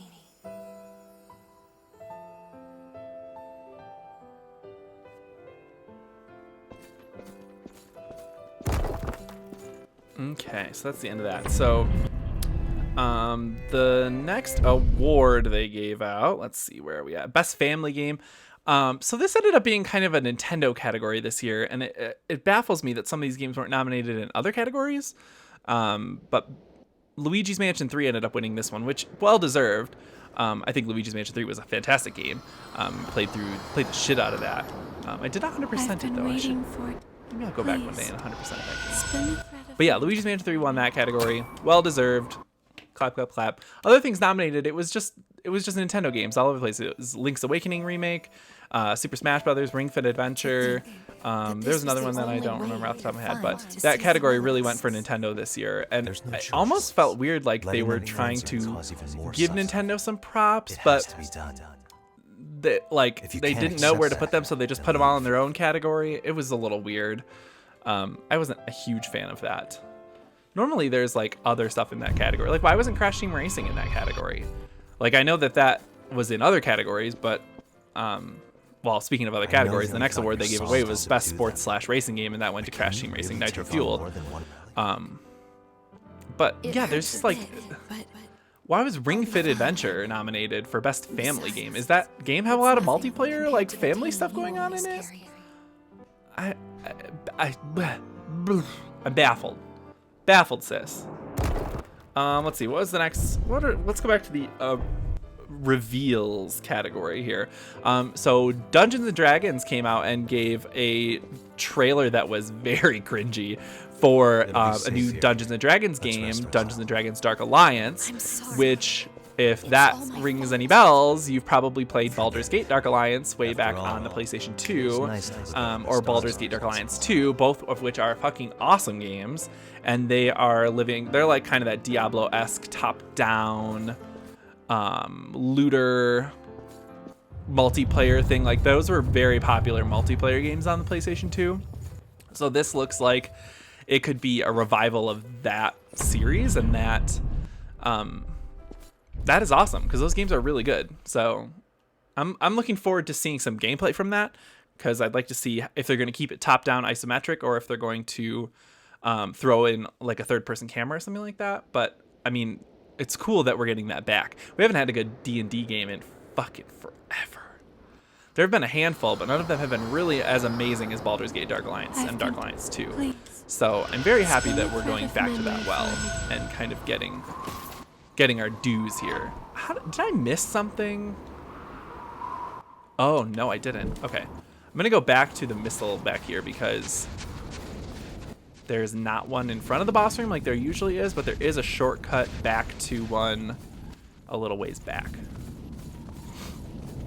They're starting to be less generous with their missiles, and if you don't know, if you haven't played this game and you're just tuning in to hear my beautiful voice and my dulcet tones and all my insightful commentary, then missile is like the campfires or the bonfires of this game. If you played Dark Souls, that's a reference for you. Or lanterns, if you played Bloodborne, they're like the safe spots. You know what I mean? You rest, you can level up, and all the enemies respawn. So I'm gonna, normally there's one right in front of a boss room, but it looks like now I'm at a boss room and there wasn't one, so I'm gonna go kind of back a little bit to get to one, so I can spend some of this haze and not have to not be worried about losing it to a boss and having to pick it back up every single time. And also refill my Ichor, which is like your magic points in this game. I would really like to refill that before I do the boss, because I'm playing as like a caster class. I don't really wanna. We can rest here for a while. Go in with no magic if I'm going to be casting spells. So let's level up Carly Ray. Level 95, okay. Cool. Still have a lot of haze left too. Hold on, I'm on my way. Alright, so enemies are going to be back, but I don't think there were really that many enemies in between here and the boss room. It should be pretty straightforward to get back there. Just back up the ladders, back up the elevator, and then I was really those two sand slugs? Slugoos? That's a Pokemon.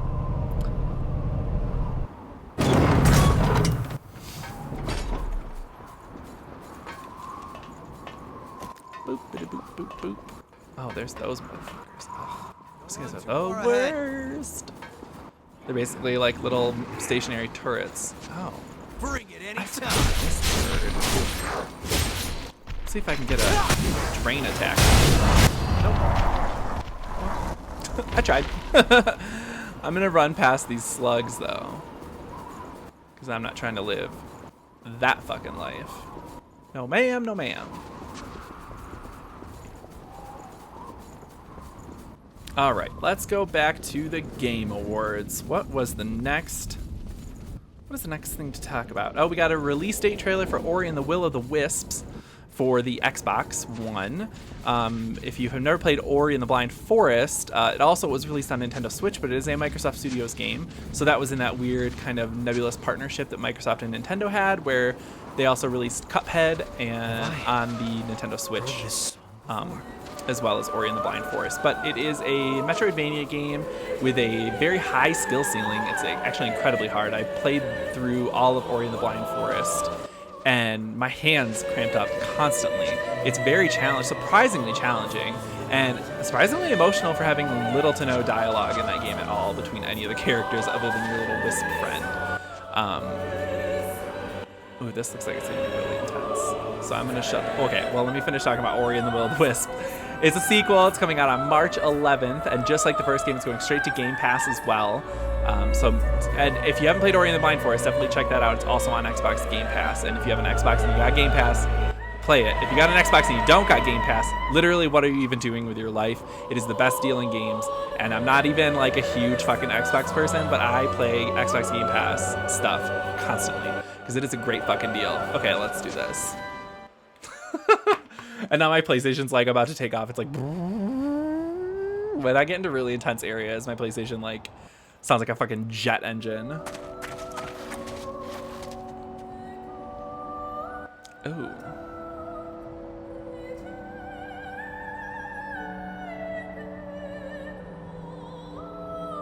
Eva. Hey, I found Eva.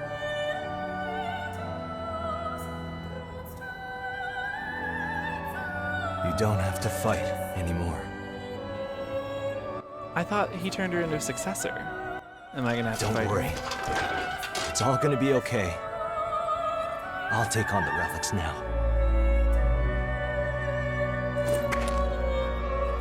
Or is he gonna take the relic out of her and become a successor?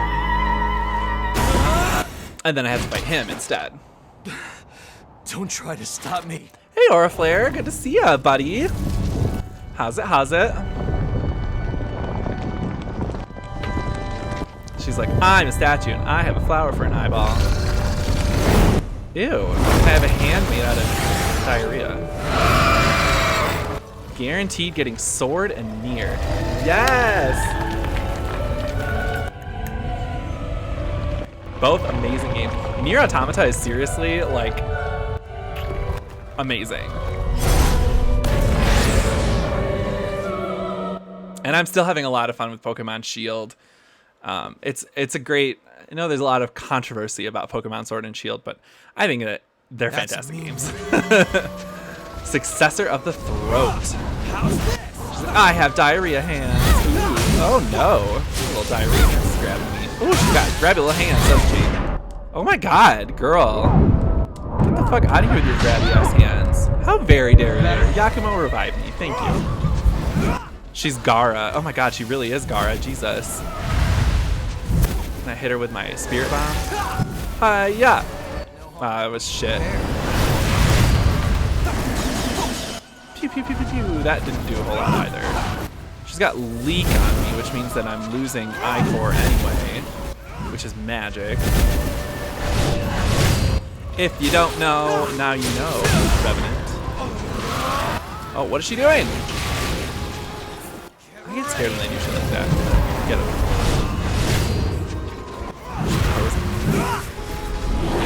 What is happening? What is happening?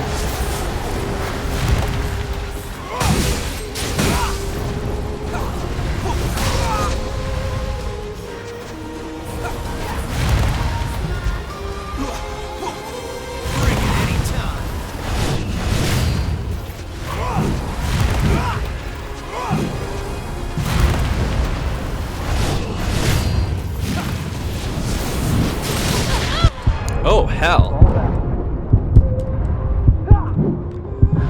What ways are there to regain Ichor? I have items called Ichor Concentrate, which I can consume to get them.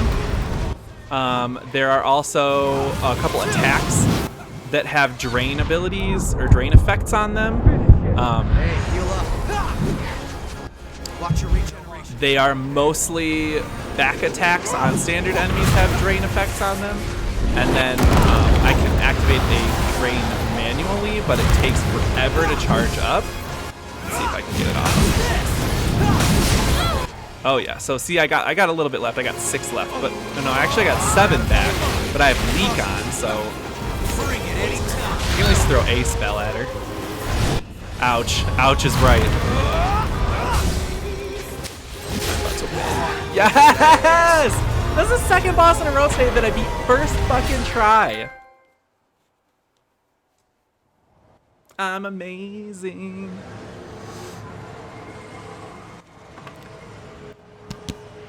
Oh. Yes, the drain attacks raise your cap temporarily if you're at max and you do a good one. So, that it's hand over. dance. Ooh. No. What? This isn't the end. Some fucking noise just happened Come on. my porch. Let's go see her again. I bet you it was What do just you a say? delivery of a package That's- because it is almost Christmas time and not all possible. 3 of us that live in this apartment are fucking constantly ordering shit on Amazon. So, we've been getting a lot of packages lately. And not the fun kind.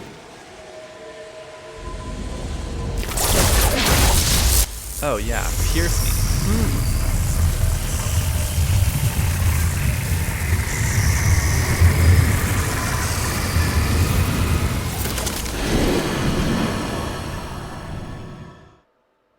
Ooh, now we get some story. So exciting. Once the story's over, then we're gonna fucking go back to talking about the Game Awards because we only have an hour and 20 minutes left in the show today, and we have a lot of ground left to cover. We're only like halfway through the actual award show. Owned by revenants. My throat was Super hyped to play Sword and Nier. Good, because they're both But he took me amazing. in. Nier, you... Girl, let me give you a piece of advice about Nier. When you hit the credits, that's not the end of the game. You have to keep going. You reload that save file and you keep going because then it starts the second story. And then once you finish that one, you still ain't over. Then you play the third story and you keep fucking going. So every time you hit the credits, just keep fucking going until you get to the point and you'll know the point. You're gonna take Score Bunny. You're finally awake. So here's the thing about Score Bunny. His final evolution is shit. I hate it. He looks like Pennywise the Clown, and I fucking hate it. So, Score Bunny and then his second evolution, Raboot, are both very, very cool looking and cute, but Cinder Ace is not the tea, sis. Not the tea. But I'm hashtag Grookey Gang for life. Grookey is definitely my favorite starter. Although I do love Sabol's final evolution in Tellian. He's fucking cool.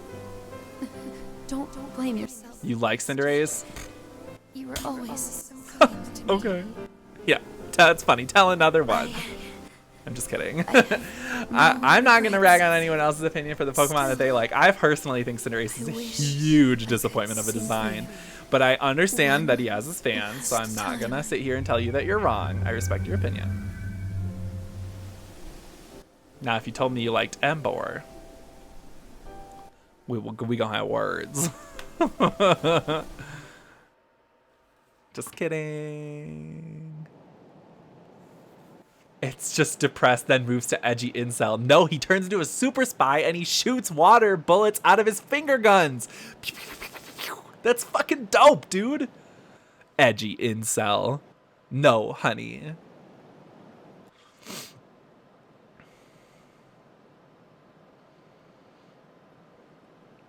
Fuck Intellion, sorry. Well, I think we can all agree that Rillaboom is fucking cool. Got a big old drum. Like a Donkey Kong. Like a little... We already have Greninja. Well, Greninja's a ninja, though. Intellion is a spy. Like a secret agent.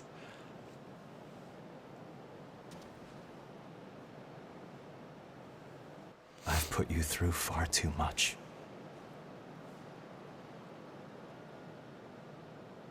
No, You haven't. My PlayStation is being When I so first fucking loud met right you, now. I'm just staring at I it had like absolutely nothing. You gave me. it's gonna the take light of off hope. anytime. Just right out the window. Speaking of window, I should probably look out there and see if there's a package out there. Or if there's just a murderer in my apartment now. And my Which, voice. whatever. Jesus, take the wheel, honey.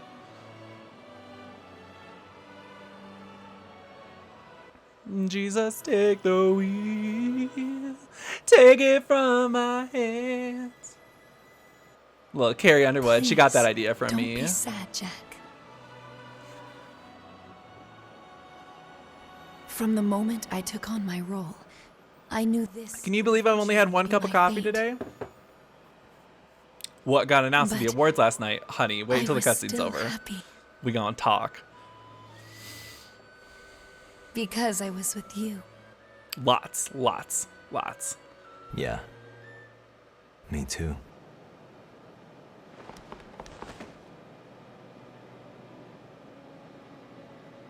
Yes, honey. Sekiro got Game of the Year. Girl, you're skipping ahead. Yeah, I personally, for me, Control was my Game of the Year, but I'm very happy that it went to Sekiro. Very happy. Sekiro deserves it, for sure. What a great game. What a fantastic, just quality product Your all around. mission is an important one. But yeah, personally, my Game of the Year is Control. So go on and burn bright. Yeah, the lore was so good. While the Well, did you candle play of life Control? still burns. The way they threaded the lore into that game and really built that world is like I'm just fucking with my hair. Don't mind me. Eva. The way that they built that world in Control Will you is sing it honestly for the me most again? impressive world building I've ever seen in a video One game. last time. That shit is so fucking good. Oh my god, girl, play Control. Love yourself. Play Control. That should be the tagline on the game. Love yourself. Play Control. In quotes. And then / twitch.tv/JetSetSamurai. International superstar, honey.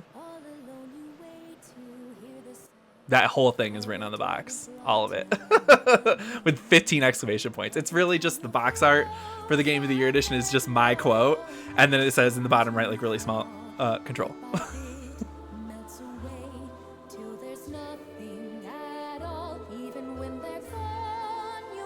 I'm going to be too far off from the Batman Arkham City Game of the Year box art, which was literally horrible. If you've never seen the Arkham City Game of the Year box art, please go Google it and just cry at having to see that every day when you go to work at GameStop. Because it was the worst. I would just, just the worst.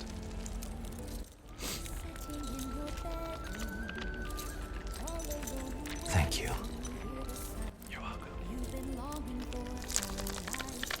Goodbye. I wonder how many successors there are in this game. Because now I've killed 4? 3? Let's see. There was the just Batman wiping his face.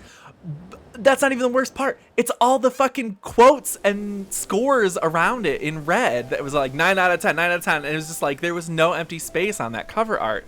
Horrible. Horrible. Horrible.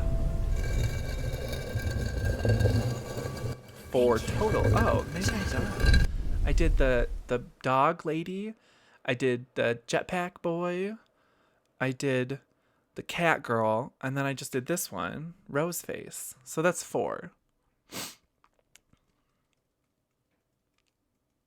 Although I feel like I remember there being another successor door somewhere.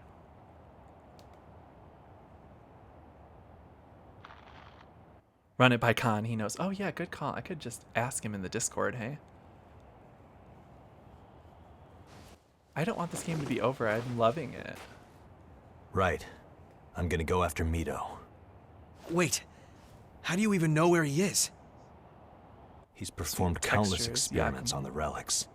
And now, he's stolen the ones inside Eva. I think I know what his plan is. Reviving the Queen. Oh! In order to do That's that, the anime noise he'll that have to every take anime voice Silva's actor knows relic how to as do well. when they say, just make a noise. They go, So, oh. Silva's a successor. Every single one. That's not the only problem. The Red Mist, the jail of the mists that covers the world and deepens Revenant's bloodthirst. The one who created it is none other than Silva. Why would Silva do that? Soldiers were needed to They all fight the fucking Queen did when it. she frenzied. Since humanity had already suffered significant losses, Oh my god. Revenants were created to swell Bless the ranks. this fucking game. In the end, we succeeded in stopping the Queen. But there are still Anime a lot gasp. of humans living in the world Fucking outside. real talk, Jesus. Without the Red Mist, both starving Revenants and the Lost would be able to roam freely. It's so good. It was created to prevent further tragedy. God, the designs in this game are so fucking early 2000s edgelord realness. Though, I have to admit, if every Revenant was Look at all like the you, straps. it wouldn't have been as much of a concern. I love it. And then there's me, Carly Rae Jepsen. We'll take the path to the fortress. With speed and a little luck, we might catch it. Oh, well then I guess I did get all the successors down. I can't believe I beat that boss first try, and the boss before it. Game's getting soft on me. Or I'm getting better at it, which I kind of don't believe is happening because I'm fucking terrible at this game.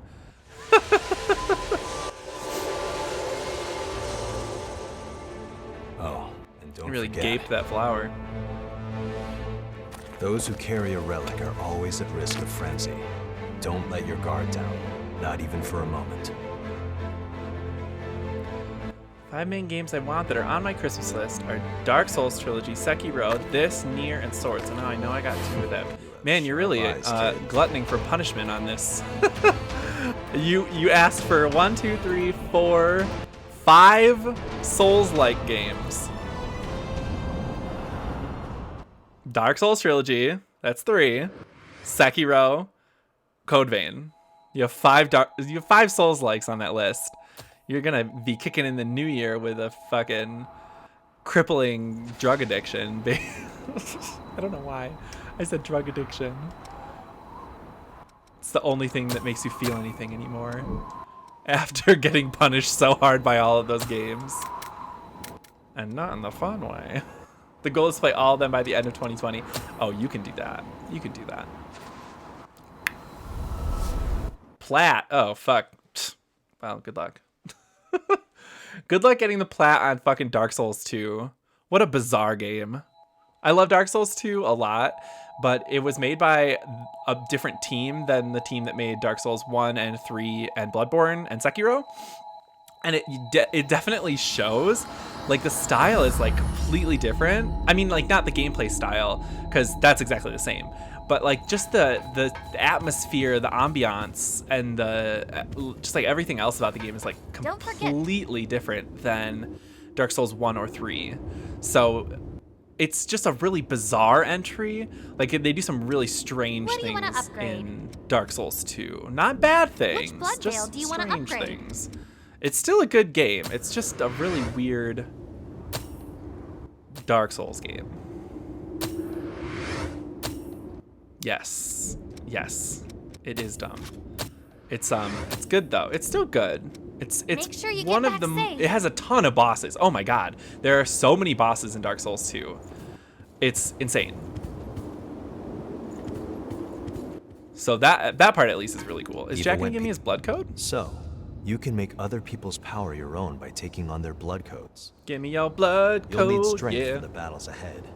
Yeah, the mechanics definitely could have done, and that's what Dark Souls 3 is for. Honestly, Dark Souls 3 is a redemption arc for Dark Souls 2 and Hidetaka Miyazaki, who's the game director of Dark Souls 1 and 3 and Bloodborne and Sekiro. Actually, did Hidetaka Miyazaki do Sekiro? I think he did. I'm dumb. But anyway, yeah, Dark Souls 3 is really good. Dark Souls 3 is very difficult. I still think that Dark Souls 3 is maybe the easiest of the 3 Dark Souls games. That could also be swayed by the fact that I basically knew what I was doing by that point in time because I'd played all the other ones and Bloodborne. So I was just like better at knowing the language that the game wants you to learn.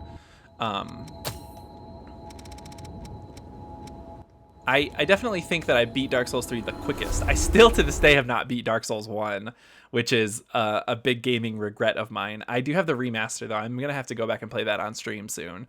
And I'll just start from the beginning. This is the beginning. And I'll play the whole thing and try to finish it. But back on the PS3 when it came out, I got stuck on the Four Kings. They're so fucking hard. And I tried for ages to beat the Four Kings, and I just could not fucking do it. Bringing back the queen? Not on my way. This way leads to the Not fortress, on my huh? watch. Let's head out when you're ready. Get the plat for Neo, then go to Bloodborne with my Arcfight build, then probably Sekiro or Vayne, then Nier after that, the trilogy in order. Do Nier first, because it's probably the one that you're going to get through the quickest. I think I got all the endings in about 50 hours. Maybe sooner than that, actually. I don't quite remember. Get too wild out there. Yeah, I would recommend maybe playing Nier first. Pick up something we can use? Just because if you are so used to all the punishment after all those Souls games, and then you play Nier is just going to make you depressed because it's a very depressing game. Just by content and nature of the storyline, it's basically the most nihilistic piece of fiction I've ever had the pleasure to experience. So this place is strange. So yeah, maybe play Nier first. I'm a very distracted player. Girl, me too. I got like 16 games going right now. They think they can stop us at any time. Lightning balls! Oh, that didn't do shit. Oh, he's using it. He weak against ice. Shoot him with his little Frosty the Snowman, Frostula. Before we go any further, I actually realized that it's 3 hours into the show today, and I still haven't taken a pee break. So I'm gonna go do that really quick because I have to pee so bad.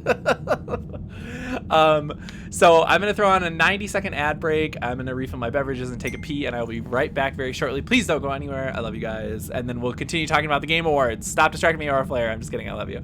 I'll be right back. Don't go anywhere.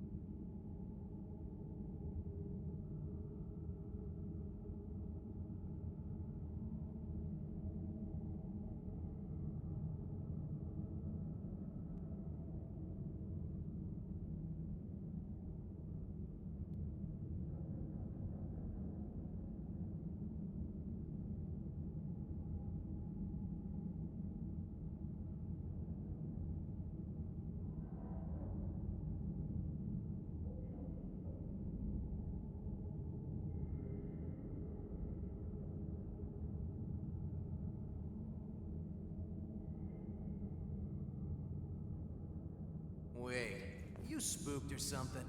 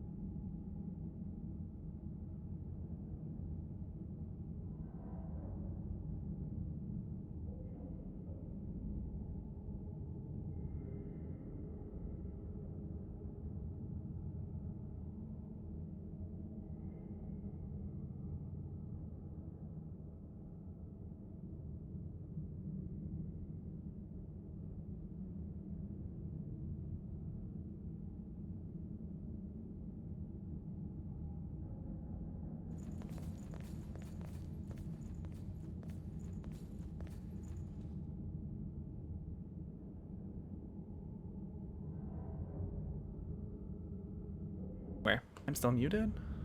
Girl, what?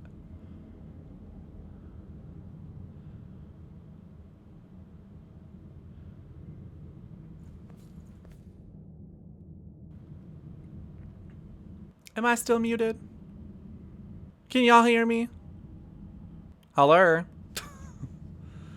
Am I better? Tell me I'm better. Maybe I'm just speaking into the wrong side of the microphone. That'll probably fucking do it. Excuse the microphone clanging sound effects that you're probably all hearing that are horrible. I adjust my microphone probably 14,000 times during a stream, so my boom arm is already creaking under the exhaustion of being touched constantly. Jesus. Okay. See, I don't like it that high. Then you can't see my beautiful face. Ah. Okay. Will somebody please tell me if you can hear me? I don't know if this is still muted or not. My stream deck's been weird all day ever since the power flickered earlier. Can y'all hear me? Hit me up, let me know. We can't get up there right now. Let's keep moving. That looks like it's gonna be a shortcut.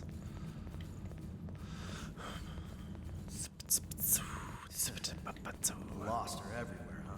This place reminds me of a Oh, all these guys are gonna fucking wake up. Which ones have guns?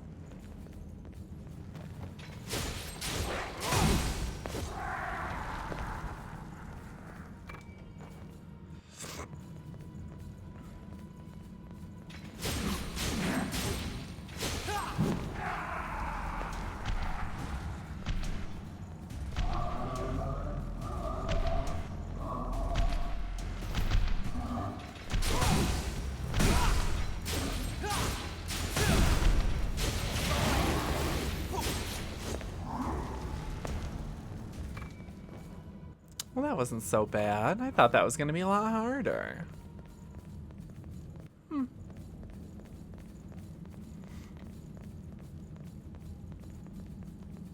Hold on. I'm on my way. I'm not even really that much far ahead of you, Yakumo. Chill out. Jesus.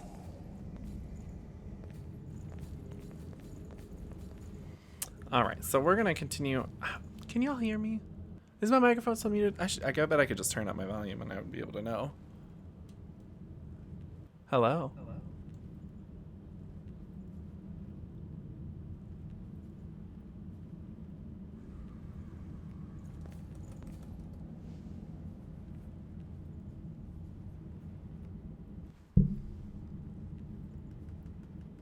I'll test it on my monitor.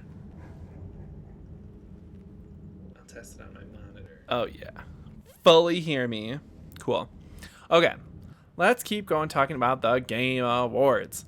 So, where did we last leave off on awards? I think best sports/racing game. Yeah, Crash Team Racing Nitro Fuel. Okay, so the next category for awards was best mobile game. So Grindstone was up for this. I thought that had a decent shot. There was another one that was up for it that I really thought was going to get it, and then they gave it to Call of Duty Mobile, which, you know.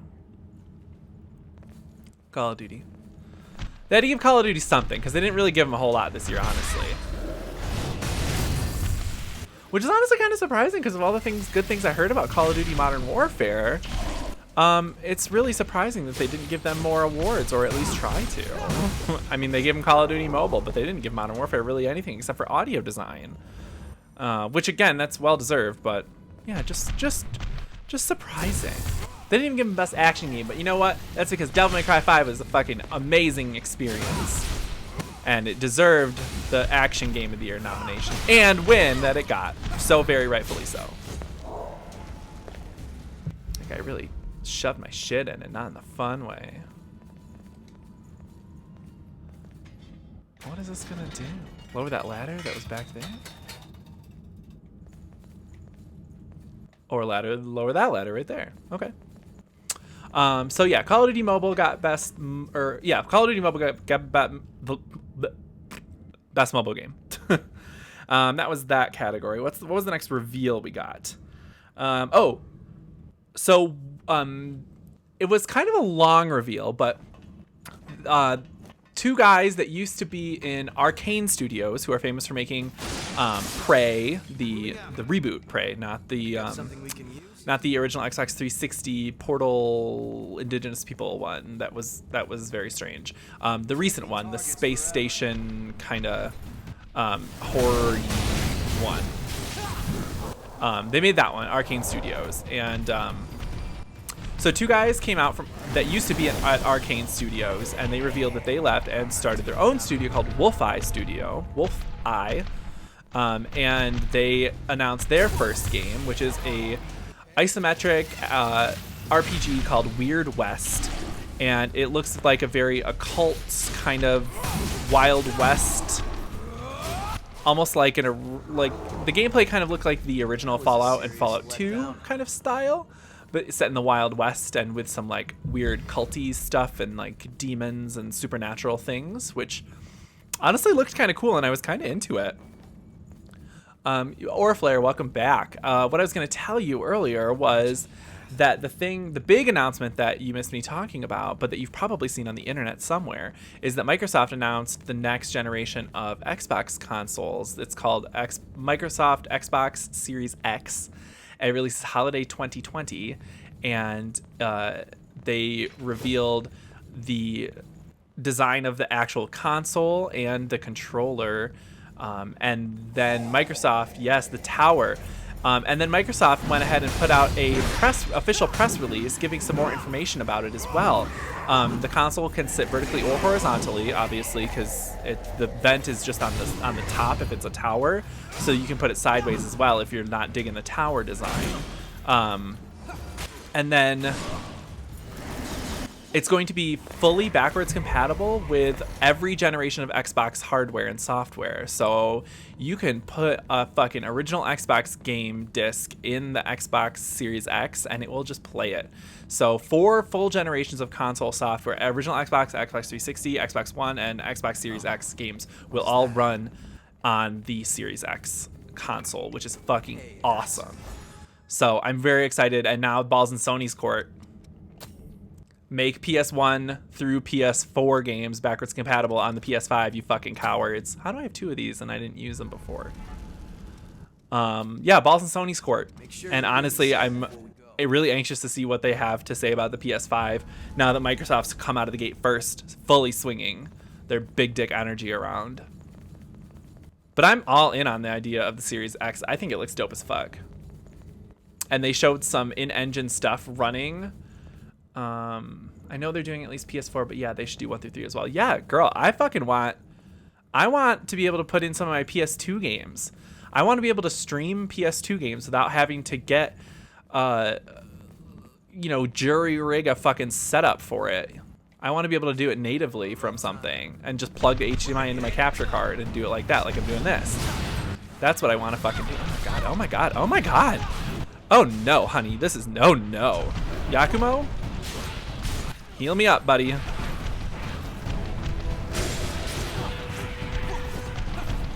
gonna stab you right in the asshole. Nope, maybe not.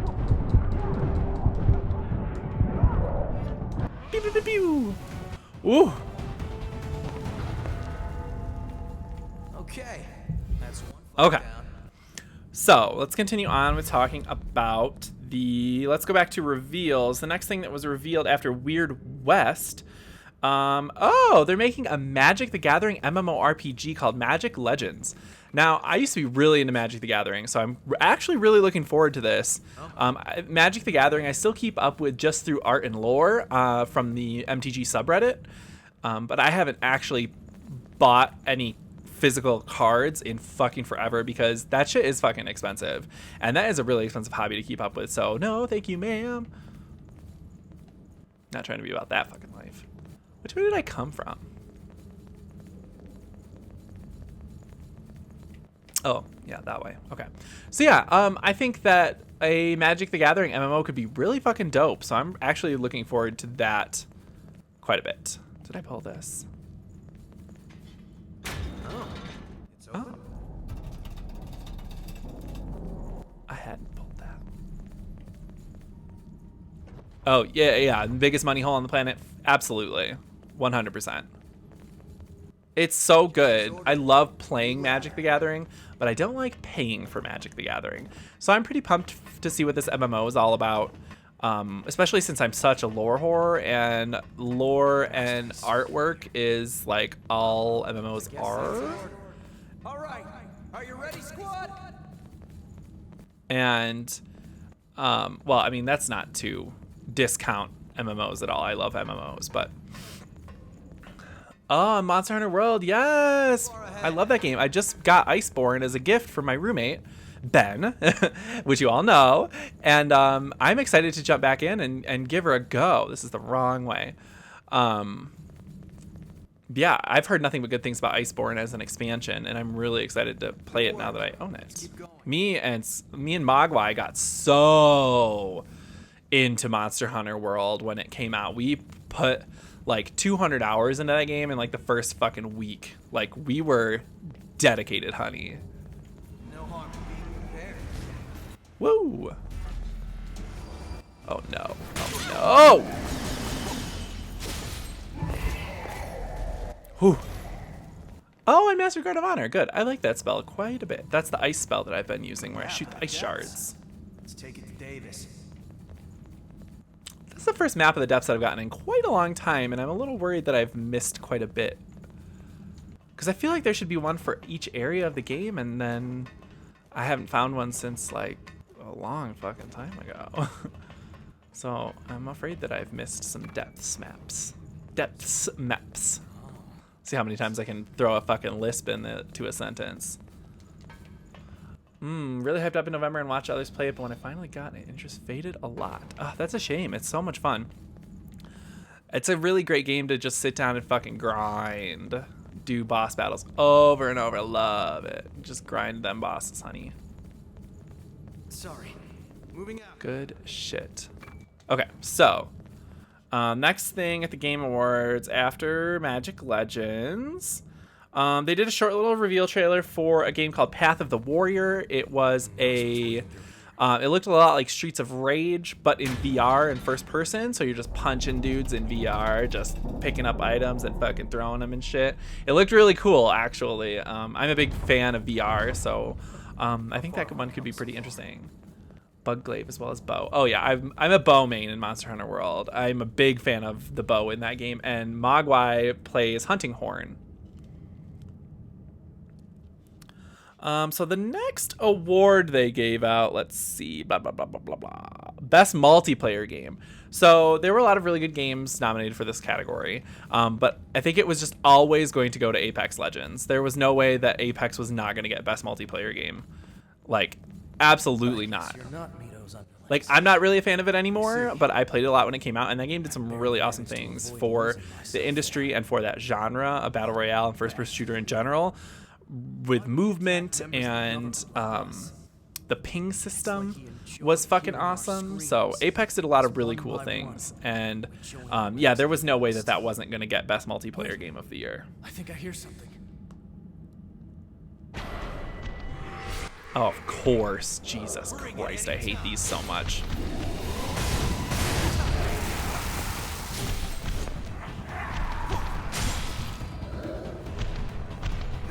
Your butt. Next one was best ongoing game. I talked about this a little bit earlier. I have no idea how Final Fantasy XIV didn't fucking get this award, but they sure as shit really wanted to give another award to Fortnite. Don't mess with the best, right? So they did. So Fortnite got best ongoing game instead of Final Fantasy XIV, that I think deserved it way more. For the things that they've done to rehabilitate that game after the initial release that was so fucking bad. And especially since the newest expansion, Shadowbringers, is honestly the best Final Fantasy content that's come out since Final Fantasy IX. So, Final Fantasy XIV nominated for 2 awards this year and got neither of them. What a fucking, what a travesty. And the fact that it wasn't even nominated for best soundtrack. Unbelievable.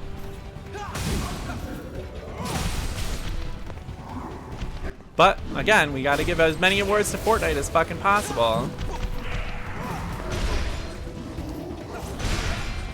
Oops, I wanna kill you.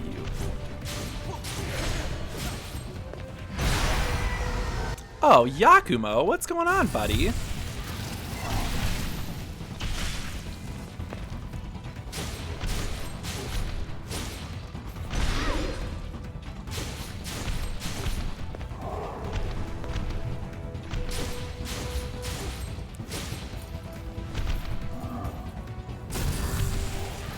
I can't believe he died. To be fair, they have a very active dev team. Yeah, so does Final Fantasy XIV. I'm not discounting the fact that Fortnite deserved the award, because it did. I'm discounting the fact that Final Fantasy XIV, I think, in my opinion, deserved it more. Fucking hell. I hate those fucking wave battles. God damn it.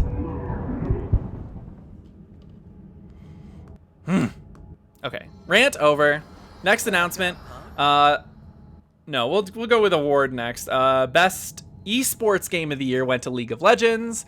This is a category that I know literally nothing about. I do not live in the esports realm. I do not watch esports. I care very little about esports. I've never played League of Legends, but you know what? Good for them. I'm honestly surprised they didn't give this one to Fortnite as well, though, because it was nominated for it, and I know the Fortnite World Championship was a really big fucking deal to all you fucking Fortnite nerds out there. So yeah,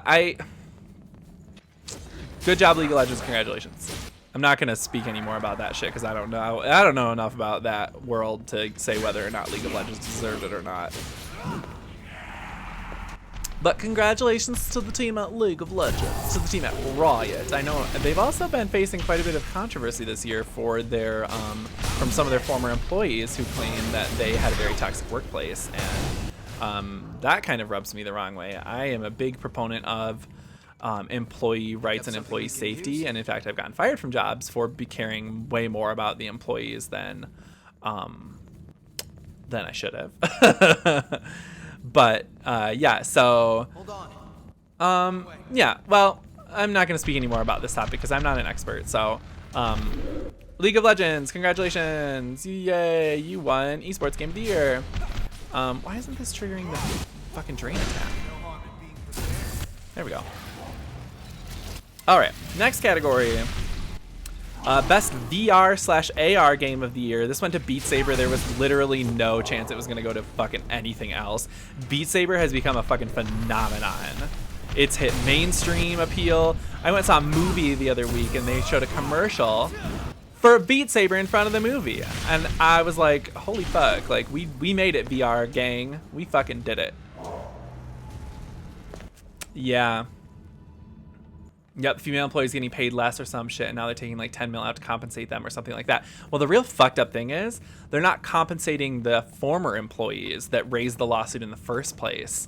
They're compensating the current employees who faced this discrimination, and not the 4 or 5 female employees that used to work there that quit because of the discrimination. Those people are not getting compensated at all, even though they're the ones that brought the lawsuit up in the first place. That's fucked up. But I guess it's like, you know, they just wanted the issue to be raised and resolved in the first place. They weren't in it for the money. I get it. I get that. So like, I respect it, but it's shitty that Riot isn't doing anything to compensate the women that brought this up in the first place and forced them to change and actually fucking treat women with respect. Because it's fucking 1932 again, and we're not giving women equal rights somehow, still to this day. How is this still a fucking problem, people? Like, they're not just fucking women, they're people. We're all fucking people. Why are we not treating everyone with the same rights and the same, like, why aren't we treating people the same? Good God, girl, get a fucking grip. Okay. That's the end of my rant about equal rights. Because there's literally nothing I can say about it that hasn't been said 1,000 times over. But you know what's weird is everyone has said those things in the fucking 60s too, and we've been saying them for years, so. Nothing's changing, nothing's getting better. Do, America. Especially as a minority myself, as part of the LGBTQ community. Like, why are we still fucking doing this? Jesus. It Fucking old, rich white men can't handle their jimmies getting rustled. Glad we didn't lose that. Literally just go away. Yeah, see? Thank you. LGBTQ community represent. And also, why are we still getting treated like second-class citizens? Get VR just to get Beat Saber? Well, let me tell you, there's some other really good VR games out there. In particular, Astrobot Rescue Mission for PlayStation VR is fucking incredible. Like, I really want to drop down there, but I'm not going to. Yeah, Astrobot Rescue Mission, fucking great. Playing Resident Evil 7 in VR? No, ma'am, it's so scary. I don't like to poop my own pants. Yeah, there's some great... VR is a really great... It's in a great place right now, and I'm really fucking excited for the future of VR. Oh my god, this reminds me of the fucking Cathedral of the Lost, the Sacred Blood, or whatever the fuck that place is called, and it's giving me PTSD. Oh. Ooh. She bangs, oh baby. She moves, I go crazy. Oh, excuse me. Okay. While we move back to where we were, let's keep going. Best performance. So, this is best voice actor performance slash just acting performance in general, whether it was mocap or just voice work or whatever. This is an award that I was rooting for Courtney Hope, who voiced and did the acting for Jesse Faden, the main character of Control. I think she did a really good job of portraying a very stoic character with a lot of nuance and emotion and subtlety behind the eyes, which is where a lot of that, since she's so stoic and a lot of her dialogue takes place in her head. Oh, good for you, Aura Flare. Coming out is something you're going to have to do through your entire life, and not to scare you or anything like that, but it's, unfortunately, as queer people, it's something you're going to have to deal with for literally your entire life. I'm fucking 40 bajillion years old and I'm still coming out to people. So it's rough, but that's what the dick is for. But anyway, so I was hoping this category was going to go to Courtney Hope, who voiced Jesse Faden in Control. It ended up going to Mads Mikkelsen for his performance in Death Stranding, which I haven't really gotten to a point in that game where he's been in it a ton, so I can't speak to his performance, but I mean, it's Mads Mikkelsen. He's amazing in everything he does, so I'm sure it's great. And the little bits that I have seen him in Death Stranding have been really impressive. So good for him, and I'm just glad it didn't go to Norman Reedus, because as much as I love Norman Reedus and a big fan of Death Stranding over here, he doesn't really play a character, he just plays himself. And that shouldn't be best performance worthy if you're just playing literally the only character you got. And also get a haircut, Norman Reedus. Nobody likes you. You look like a greasy little trailer park nasty boy.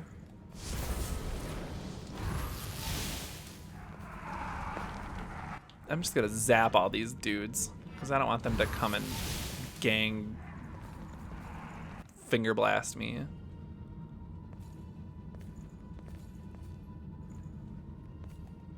Okay. These are gun guys over here on the corners. Let me see if I can.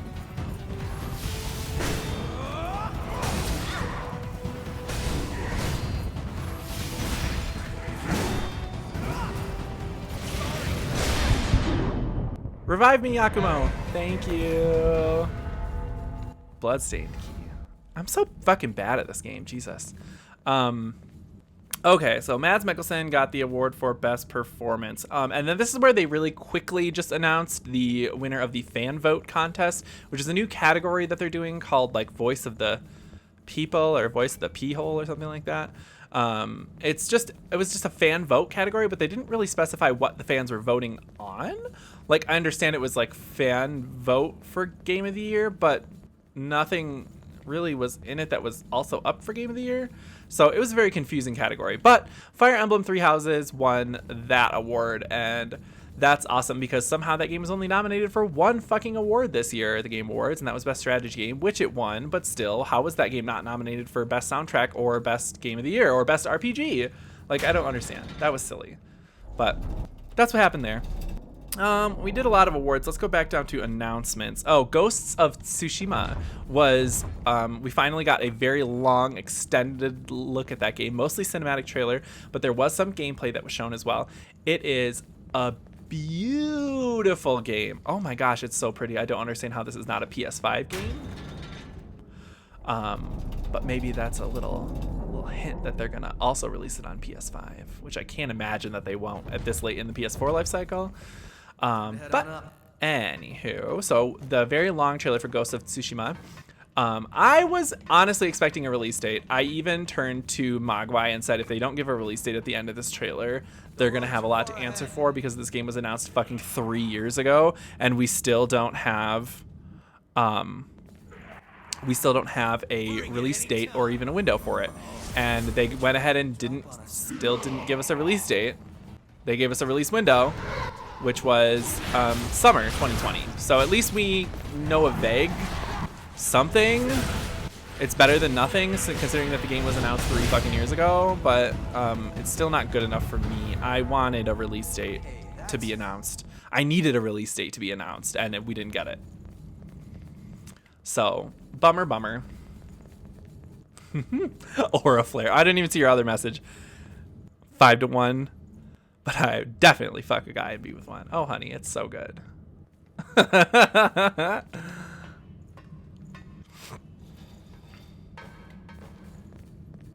So that's pretty much my grievances with the Ghosts of Tsushima reveal. I that's okay. I'll talk about my level of gay. It's 100 fucking percent. I ain't shy about it, honey.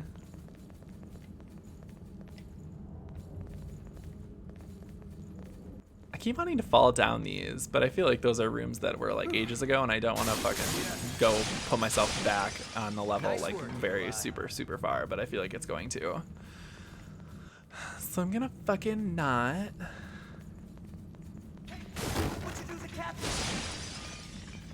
Girl, Yakumo, calm down. He's just over here screaming. Jesus Christ. Jesus Christ, superstar. Na, na, na, na, na, something. I don't know the words. I've never seen that show. Okay, so the next thing that was announced, there was a little trailer for Gears Tactics, which is a Gears of War XCOM mashup, it looks like. Not made by the XCOM people, of course, but a mashup of those two kind of genres. Thicker bearded guy, honey, yes. We fully stand a bear. They're my favorite.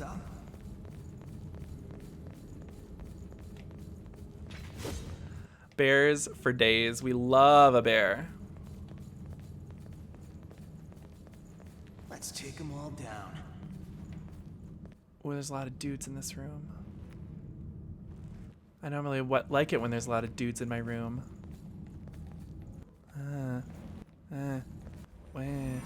All right, here we go. One at a time.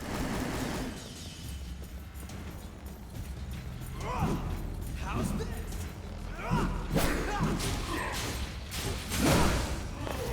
Ooh. Love bears so much. Yes. My favorites. I don't know what category I'd fall into. Well, there's no reason to put yourself in a category. I'm sure I would fall into like mink, but I'm fucking 32, so I don't really appreciate that category. So yeah, there's no reason to put yourself into a category. You fall into the human being category, and that's amazing. We fully stand a good human being. All right. So Gears Tactics, it was fine. If you're a Gears fan, I'm sure you're fucking frothing at the mouth, just coming out of your fucking dick about it. But I don't really care about Gears, so this was a miss for me personally. But I respect it for what it is. I love XCOM style games, and I'm sure if you're a big old Gears fucking nerd, you're gonna just cum your ass off about it. So good on you. Next. Next is a game called Naraka Bloodpoint. On all of my notes, I wrote the title of the game and then a hyphen and then notes about the reveal or the trailer or something. Naraka Blade Point. I just have a hyphen and then it's just blank. This game left no impression on me whatsoever. As far as I know, it's a one-on-one arena fighting game akin to maybe like not like a Naruto Ultimate Ninja Storm, but it's a fucking it looks like Sekiro if Sekiro were a fighting game. I don't really know how to describe it. It was a cinematic trailer, so I learned nothing about the game itself. This is my problem with the game industry and the hype machine nowadays, is everything is a fucking cinematic trailer that doesn't tell me anything about the game. What does the game play like? What does it look like when I'm playing it? Cinematic trailers don't do it for me, honey. What's that? And that's on that. Anyway, Naraka Blade Point. What the fuck is it called? Blade Point. Okay, I don't even remember the name. It was a very, it was a miss for me as well. So this is kind of like a bummer section of the show for me, where nothing was stroking my ding dong. So we'll just keep moving on past her. Oh my god, this is like where they put all the really unremarkable games. Next was a game called 9 to 5. It was a cinematic trailer for a squad-based tactical, more realistic military shooter. Again, I don't know what the game looks like because it was just a cinematic trailer. So, also in the most over-flooded genre of games, military shooters. Yay, just what we all wanted, more military shooters. Don't run too far ahead. Right? Didn't we all want that? Didn't we all say, man, I wish that I could play a game where I shot people with a gun? Not enough of those in the world.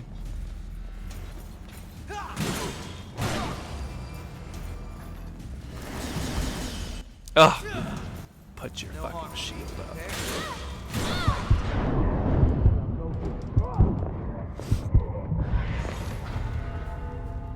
So that was another big ol' miss for me. Oh my god. Literally, the next game is also a miss for me. It was a cinematic trailer for a MMO, survival MMO called New World that's releasing in 2020. Apparently it also had a closed alpha or an open alpha or some sort of beta or alpha experience that already happened, and people weren't very pleased with it. Oh, Jesus, my throat hurts today. So yeah, that was another miss for me. Cinematic trailer after cinematic trailer. I sit here and go, God, what is this, the fucking Ubisoft E3 press conference? No thank you, ma'am. Next I already talked about earlier in the show was Convergence, the other League of Legends spin-off game that they announced. They also announced Surgeon Simulator 2, which if you've not played Surgeon Simulator, that game is fucking dope as hell. So please go play Surgeon Simulator because it's fucking good. Let's go back up to awards. We haven't had an award in a while. Fresh indie game. Ooh, this is the Subway Eat Fresh indie game category. This is okay. So what I said way earlier in the show, like at the top of the show, was a lie because so this award is for a studio who's putting out their first game. Acknowledgement of accomplishment of a studio putting out their very first title. And the winner of this is Disco Elysium, which you'll remember earlier in the show also won Best RPG and Best Indie Game? Best Narrative and Best RPG at the top of the show. And then here it also won Best Subway Eat Fresh Indie Game, or whatever the category is fucking called. And then they also gave it Best Indie Game as well. So it won the Subway Fresh Indie Game, but it also won Best Indie Game. So Disco Elysium was a big winner. It won 4 awards last night. I would love for that game to come out on consoles. I really want to fucking play it, but I don't want to play it on my fucking PC. I'm not a fucking nerd. Nothing. I need the Argent Wolf key. Jesus fuck, where is it? Okay. So oh, the next 2 announcements were real woofs. Actually, the first one is fucking awesome. We're getting Wolf Among Us 2 is still in development. It's a re-announcement of a game that has already been announced years ago, but then Telltale shut their asses down, and nobody really knew what happened to all the games that were in development by them. Well, Wolf Among Us 2 apparently is still fucking happening. So this is awesome because if you played Wolf Among Us 1, you'll know that that game is fucking good as hell.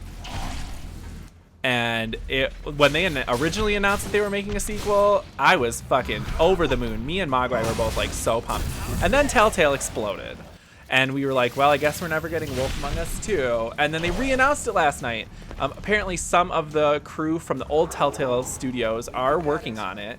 And it with some new blood as well. And I mean, it's going to be hopefully fucking awesome because I need that game to be awesome. Wolf Among Us 1 was so good. Wolf Among Us, of course, a Telltale story game akin to something like Telltale's The Walking Dead or Telltale's Game of Thrones. This one is based on the comic book series Fables, which is about fairy tale characters living in the real world in secret. And they... Oh, hell. Oh, Jesus Christ. Yakumo, res me, thank you.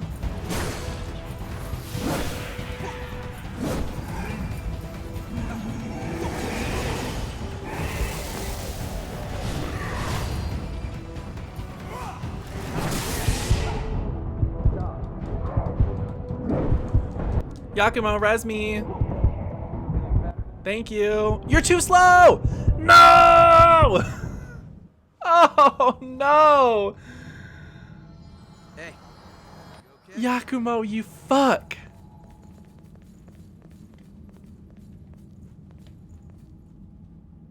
Oh, my heart. Oh. Ridiculous. They think they can stop us. Okay, so then the final big reveal that they had was they brought out Michelle Rodriguez and Vin Diesel to before they're announcing the Game of the Year category. After some research, you think you're a pup. Oh, well, pup is also a fetish thing. So if you're into the fetishy aspects of being a pup, that would be where that's what that pup thing is all about. It's not really like a body type or anything, but if you're into the fetishy aspects of it, yeah, for sure. Like, go for it, girl. I'm not trying to kink shame anyone, but yeah, that's all. It's a very, I saw some pups at the bar a couple weeks ago in their full pup regalia, and I was like, damn, these girls is getting it. They had their pup masks on and everything. It was wild. I mean, good for them. They're really getting their whole damn life, but I forgot what I was speaking about. Oh my God, Michelle Rodriguez and Vin Diesel.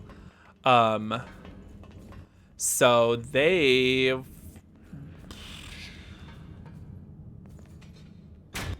Body type base. Well, not very kinky. Yeah, pup is a very extreme kink.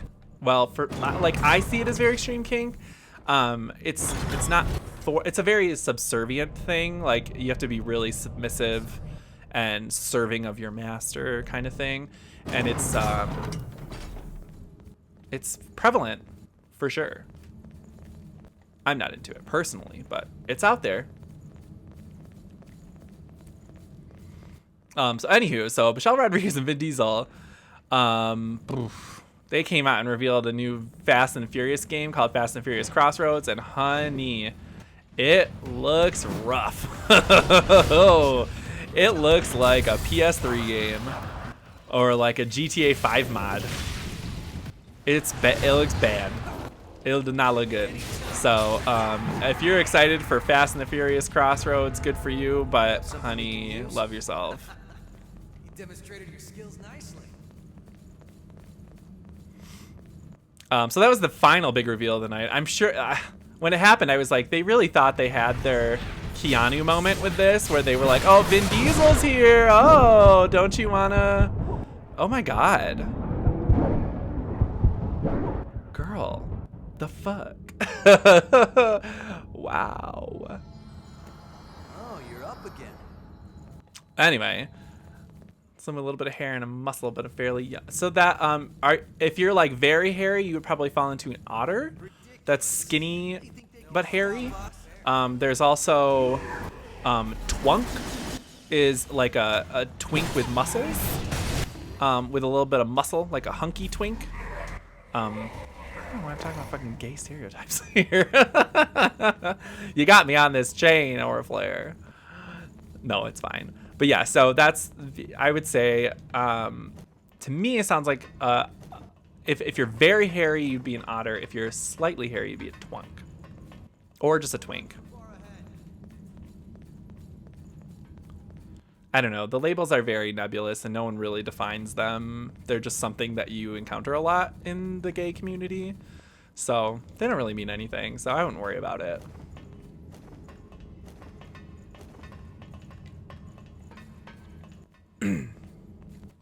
But then, so Michelle Rodriguez and Vin Diesel came out. The Fast and the Furious game, woof, looks real bad. Then they announced the Game of the Year, and there were a lot of really strong contenders this year. I was talking with my roommate yesterday, Ben, about how I thought this year was a really awesome year for games because there wasn't like a clear front runner this year like there usually is. Like last year, for instance, like there were great games, but everyone knew that the front runners were God of War and Red Dead 2, and that was it. That was the T, sis. And that's kind of what it's like every year, is that there's always like one or two clear front runners, and the rest are like good games too. They're also there. But this year had such a variety of such a diverse mix of Game of the Year candidates. You really had something for anybody, and you could ask 6 different people what their Game of the Year was, and you get completely different answers from everyone. So it wasn't so much that it was a bad year for games; it was just a very diverse year, and I think that's an awesome thing. It's a very good year for games. So. Yeah, you had stuff like Sekiro, which is Souls-like. You had Death Stranding, which is its own thing. Control, which is like a trippy, mind-bendy Metroidvania almost. And then Super Smash Brothers, which was a last year game, but because it was released in December, it was not eligible for last year's Game Awards. So it got a nom this year, but I don't think there was really a chance they were going to give it to it. But yeah, there were some really good options this year. I think that a lot of different outlets are going to end up giving it to lots of different games, which is awesome. Like IGN gave Game of the Year to Control, which is fucking dope. I agree with that 100%. Last night at the Game Awards, they gave it to Sekiro, which is also an awesome choice, and I also love. So, I don't think Sekiro is going to get a DLC ever. I mean, there's a chance, but I doubt it. Pick up something we can use? But yeah, Sekiro got Game of the Year at the Game Awards last night, and that's fucking dope. I also kind of think it was atonement for them not giving it to Bloodborne back when Bloodborne came out, because I do think Bloodborne is a better game than Sekiro. But like, God, we live in a world now where Sekiro got fucking Game of the Year. A Souls-like game got Game of the fucking Year at the Game Awards. Like, the outlet and the awards show that everyone always says is a huge paid out thing. Like, they give the awards to all the obvious choices like Call of Duties and Battlefields and shit like that. And this year it was fucking Sekiro. That's amazing. I mean, like I said earlier, personally, I probably would have given it to Control. But that's just a personal preference.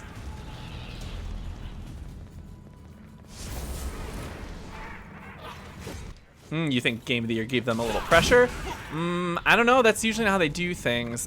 For Dark Souls, I mean, they had those DLCs planned well in advance of the games coming out for 2 and 3. Granted, Dark Souls 1 did get its DLC way after the game release. And even announced way after the game release. But I think if Sekiro was going to get a DLC, we would have heard about it by now, since that game came out in, what, January or February? And now we would be a full year out at this point. And I'm pretty sure that team at From Software and Hidetaka Miyazaki are probably at this point hard at work on their next project. And I don't think they would go back and work on Sekiro DLC at this point.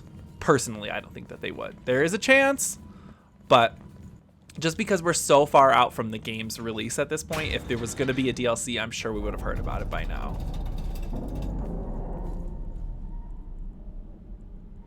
Either way, I want to play all the Soulsborne games regardless. Yes, they're all fucking incredible.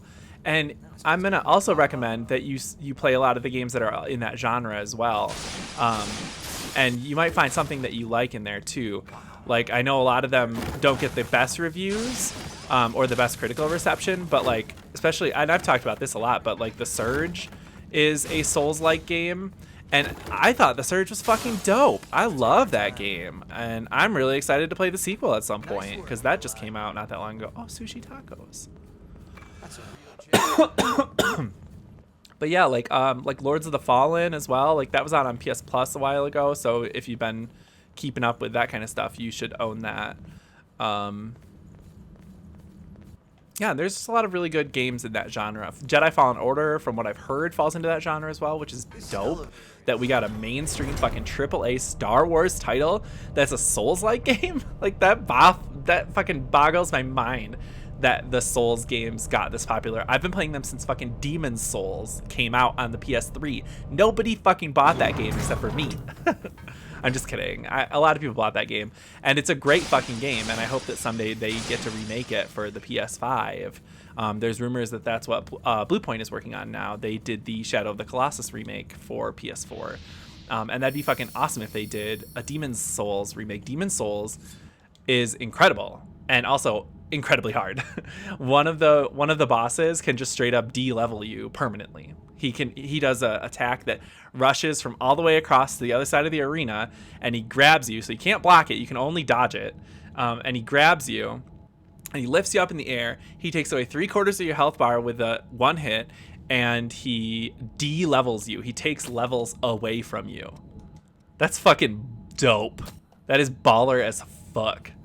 He's the hardest boss in that game for sure. But yeah, Demon's Souls, so good. I wish more people would have played it. And hopefully they get to remake it and have it reach a wider audience, because now that genre, the Souls-like genre, is popular and mainstream, I think it's a possibility.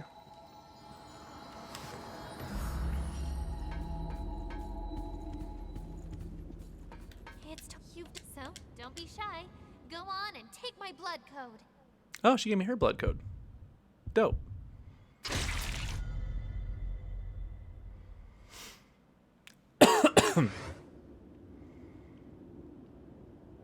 Ooh, devious gifts to toy with the enemy. Ooh, so devious. Ooh.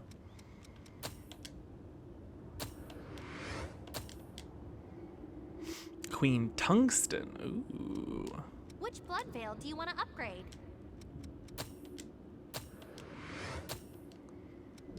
Make sure you get back. Oh, excuse me.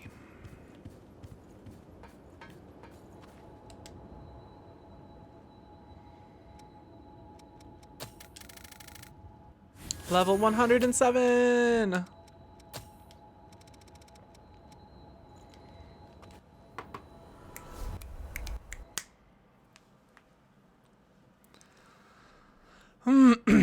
Well, that pretty much wraps up the news of the Game Awards last night. On the topic of Soulsborne stuff, this is from Orflare in chat. On the topic of Soulsborne stuff, I saw this really interesting video a week or two ago talking about Bloodborne, where they talked about the significance of it being Lovecraftian and how it falls with the hero's journey, and it was just overall really good, and I can send you the link if you'd like. I'm pretty sure I've seen exactly the video that you're talking about, because after finishing Bloodborne, like most other sane people, I went scouring the internet for what the fuck does this mean? What the fuck is this game about? And I still love watching Bloodborne lore videos to this day, because that is the wildest lore, and none of it's explicitly laid out. You really, just like other Souls games, you really have to work to find the lore and the story of those games. Like, you just have to work for everything in those games, for every inch. So yeah, makes you feel, that's a big theme in Lovecraftian stuff. And yeah, Bloodborne is the most Lovecraftian game I've ever had the pleasure of playing. And there's other explicitly Lovecraftian games based on his mythos, like Call of Cthulhu and Sunken City and stuff like that. And those games are very good, but none of them have made me feel like, or tackle the themes and the imagery and just the general cosmic weirdness of Lovecraft like Bloodborne does.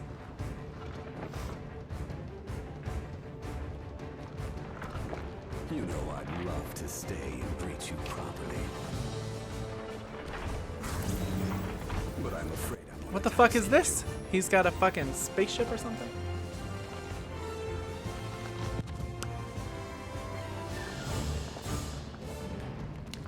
What the? And how were they?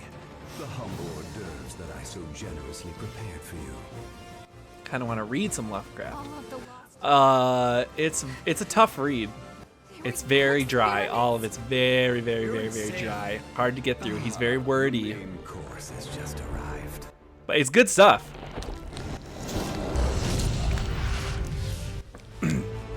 But, I mean, it's... Oh my god, those tits. Jesus fuck. It's good stuff. I still maintain that the best way to consume Lovecraftian stuff is to watch the movies and the games and read the books that are inspired by his stuff. But if you really want to dive in the deep end and read some actual H.P. Lovecraft stuff, yeah, I would never dissuade you from doing that. I just warn you, it is very dry. God, those tits. Jesus fucking Christ. Anime, ladies and gentlemen. Oh, I only got about 15 minutes left in the stream, and Cannoneer and Blade Bearer. Oh, shit.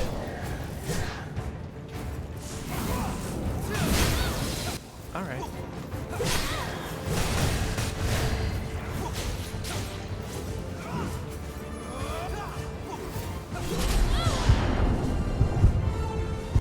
Well, here's a fun fact. Ice doesn't really do anything to her. Let's try lightning.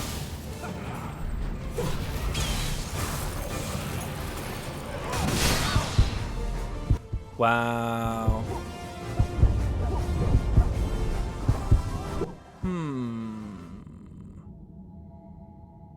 Yeah, he's not a good person.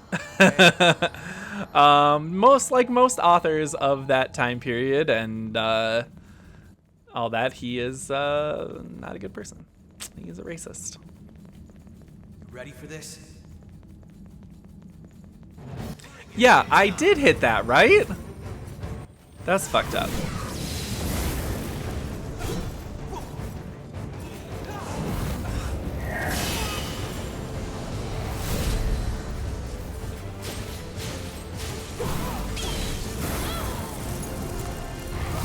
Oh, this is gonna be a fun fucking fight.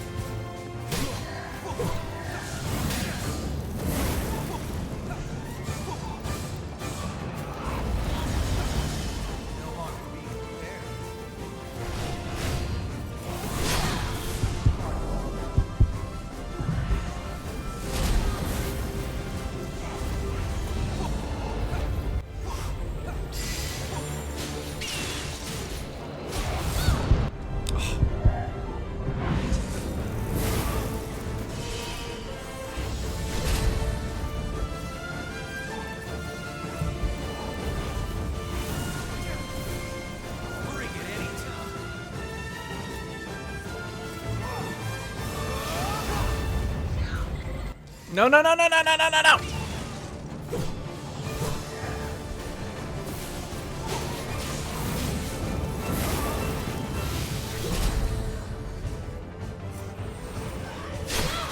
Oh, fucking shit.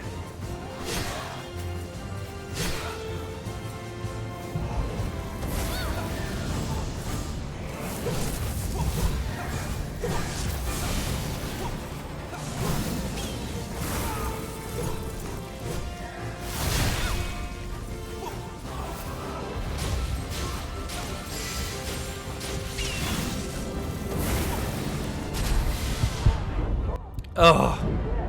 Come on, Yakumo, res me. Thank you. This is fucking tough.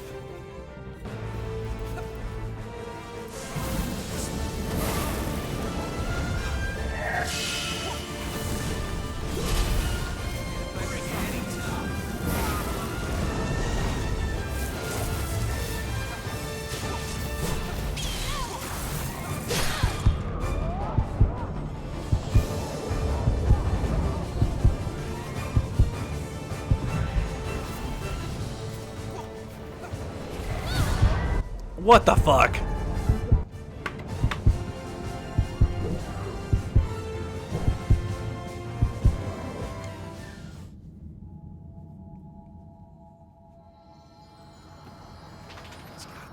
stick to it. We won't give up. Let's bring someone else. Let's bring Jack.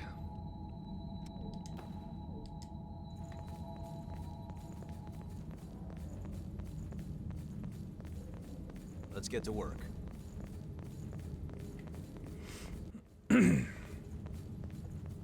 Hey Shelby, what are you doing?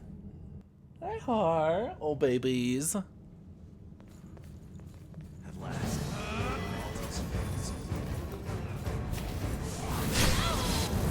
Okay. Watch your count. Oh my god, stop!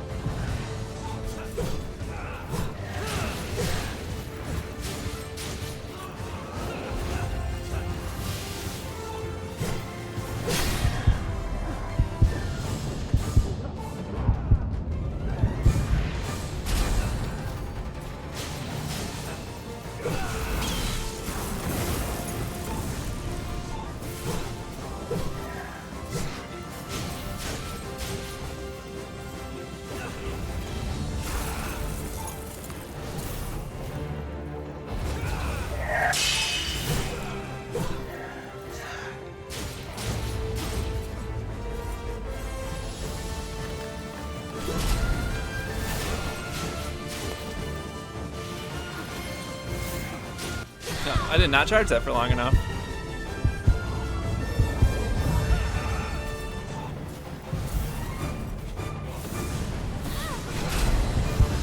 Wow.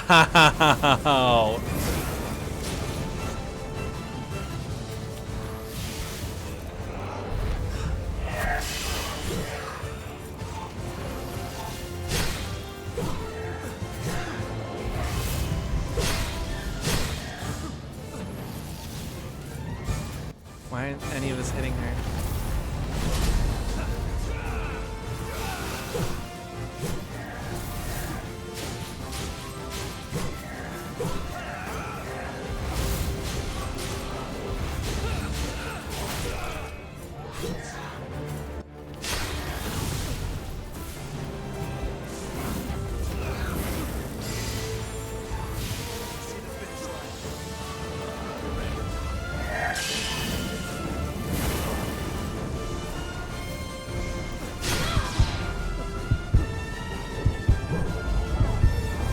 No, no, no, no.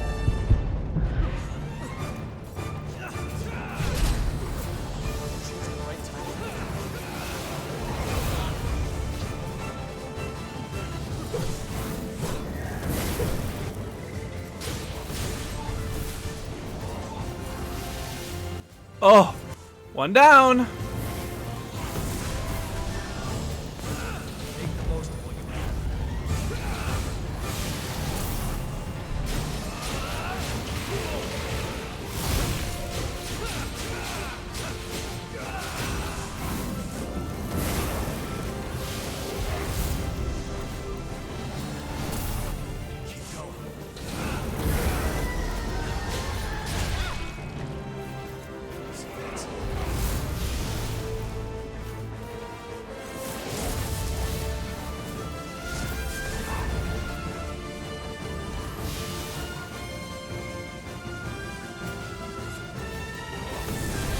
Oh no.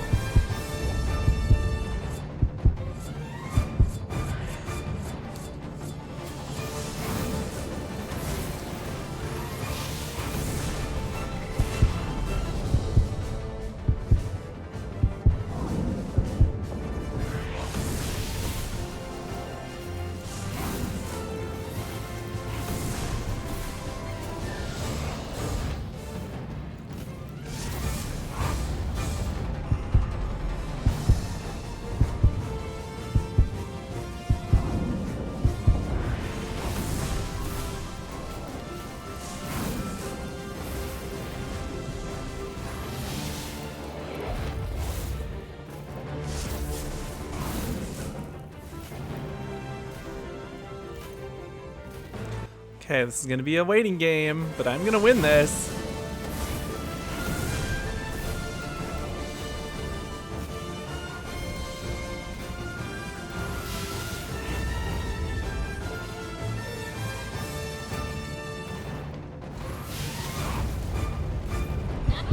No, no, no, no, no, no, no, no, no!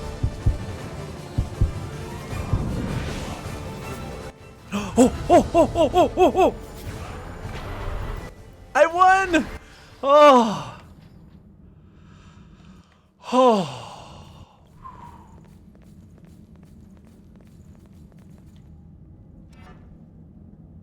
Oh my god, I fucking won.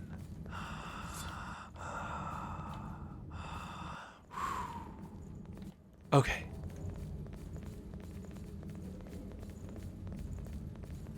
Oh, that was so stressful. Oh my Leave the rest of god. us. Let's go bring Mito to justice. Do I get to go to a missile before I go fight Mito? Oh, fuck. Hey, Har. I know. Give me 1 second, bud. I'm almost done. Stop right there, Mito.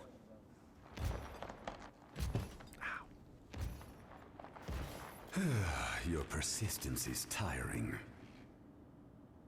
So tell me, just what exactly are you after anyway? What do you have to gain in reviving the Queen? Oh, that is a bit frustrating, Aura. I'm sorry. Reviving the Queen?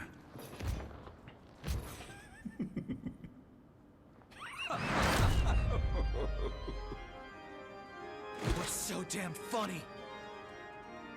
I've collected enough data already. I have no more use for the Queen.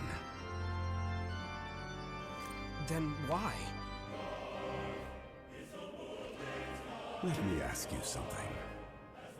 Do you ever sit back and wonder I why do we know were how it be. created in the first place? Or why revenants have power far beyond that of mere humans? That's simple. Everyone knows it was to stop the Queen when she frenzied. Aren't you forgetting something? The day of the Great Collapse? The creatures that caused all Extend stream an hour and beat it. I believe in you. No, I can't. I've got stuff to do tonight. I wish I could, but created to eliminate those horrors. it's Friday night, which means I'm hitting that gay bar. Still incomplete. I'm just kidding. I probably won't. I'll probably just stay home and fucking drink a bottle of wine and do nothing. No, I've got some errands to run. I've got some stocking stuffers to go buy. I've got some presents that I just arrived today that I need to wrap. To show you the truth of I've got a Harley to pet. Oh, buddy. He really has to go to the bathroom, and he's just staring at me, and I'm like, I don't want to start it. I don't want to take you out yet. Cannot drink it. Why can you not drink it? Is it because you're too young? Besides the fact that you're too young, is there another reason? Harley.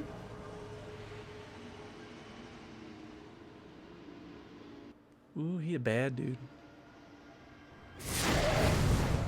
No. Makes sense. Anime cast.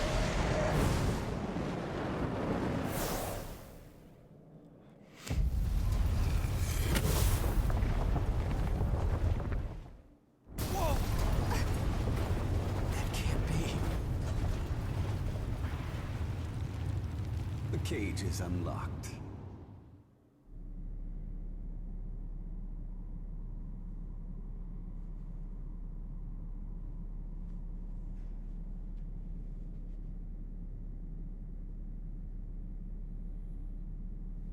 Ooh, what is this? Looks like the sigil for Thor's military academy. If you played Trails of Cold Steel, you would get that reference. Anybody in chat? Alright, chill out, bud.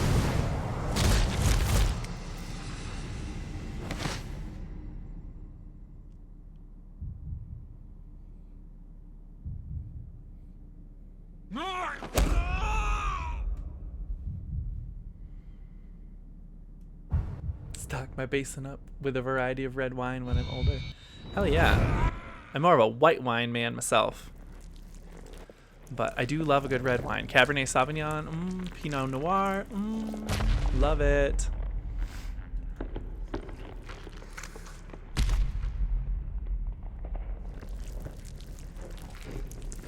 Ooh, they made him like a nasty fucking demon.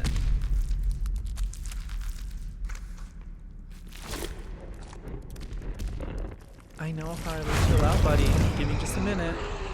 He's just staring at me, fucking. Oh, yeah. I really like Pinot Noir, and Chardonnay is good too, but it's very dry, so you got to be kind of in the mood for a Chardonnay. Pinot Grigio, though. Let's throw that shit in the fridge for a while, get it nice and cold.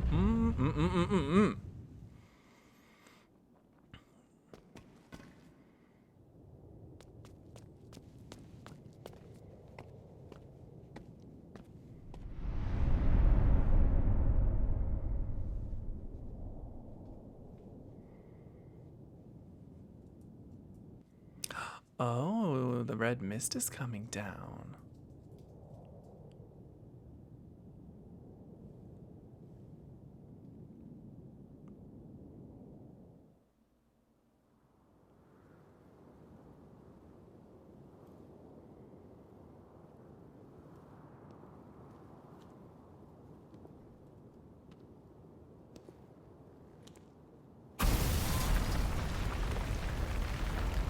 This is a really long cutscene.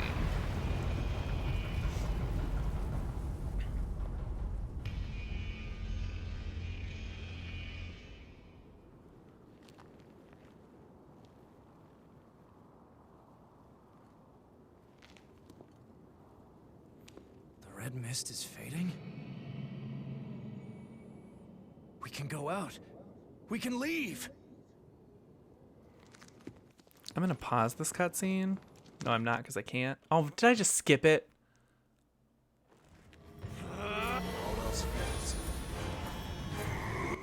Did I really just skip that fucking cutscene? Are you kidding me? I'm so upset. Why are there games? Why are there games in this world where you can't fucking pause a cutscene?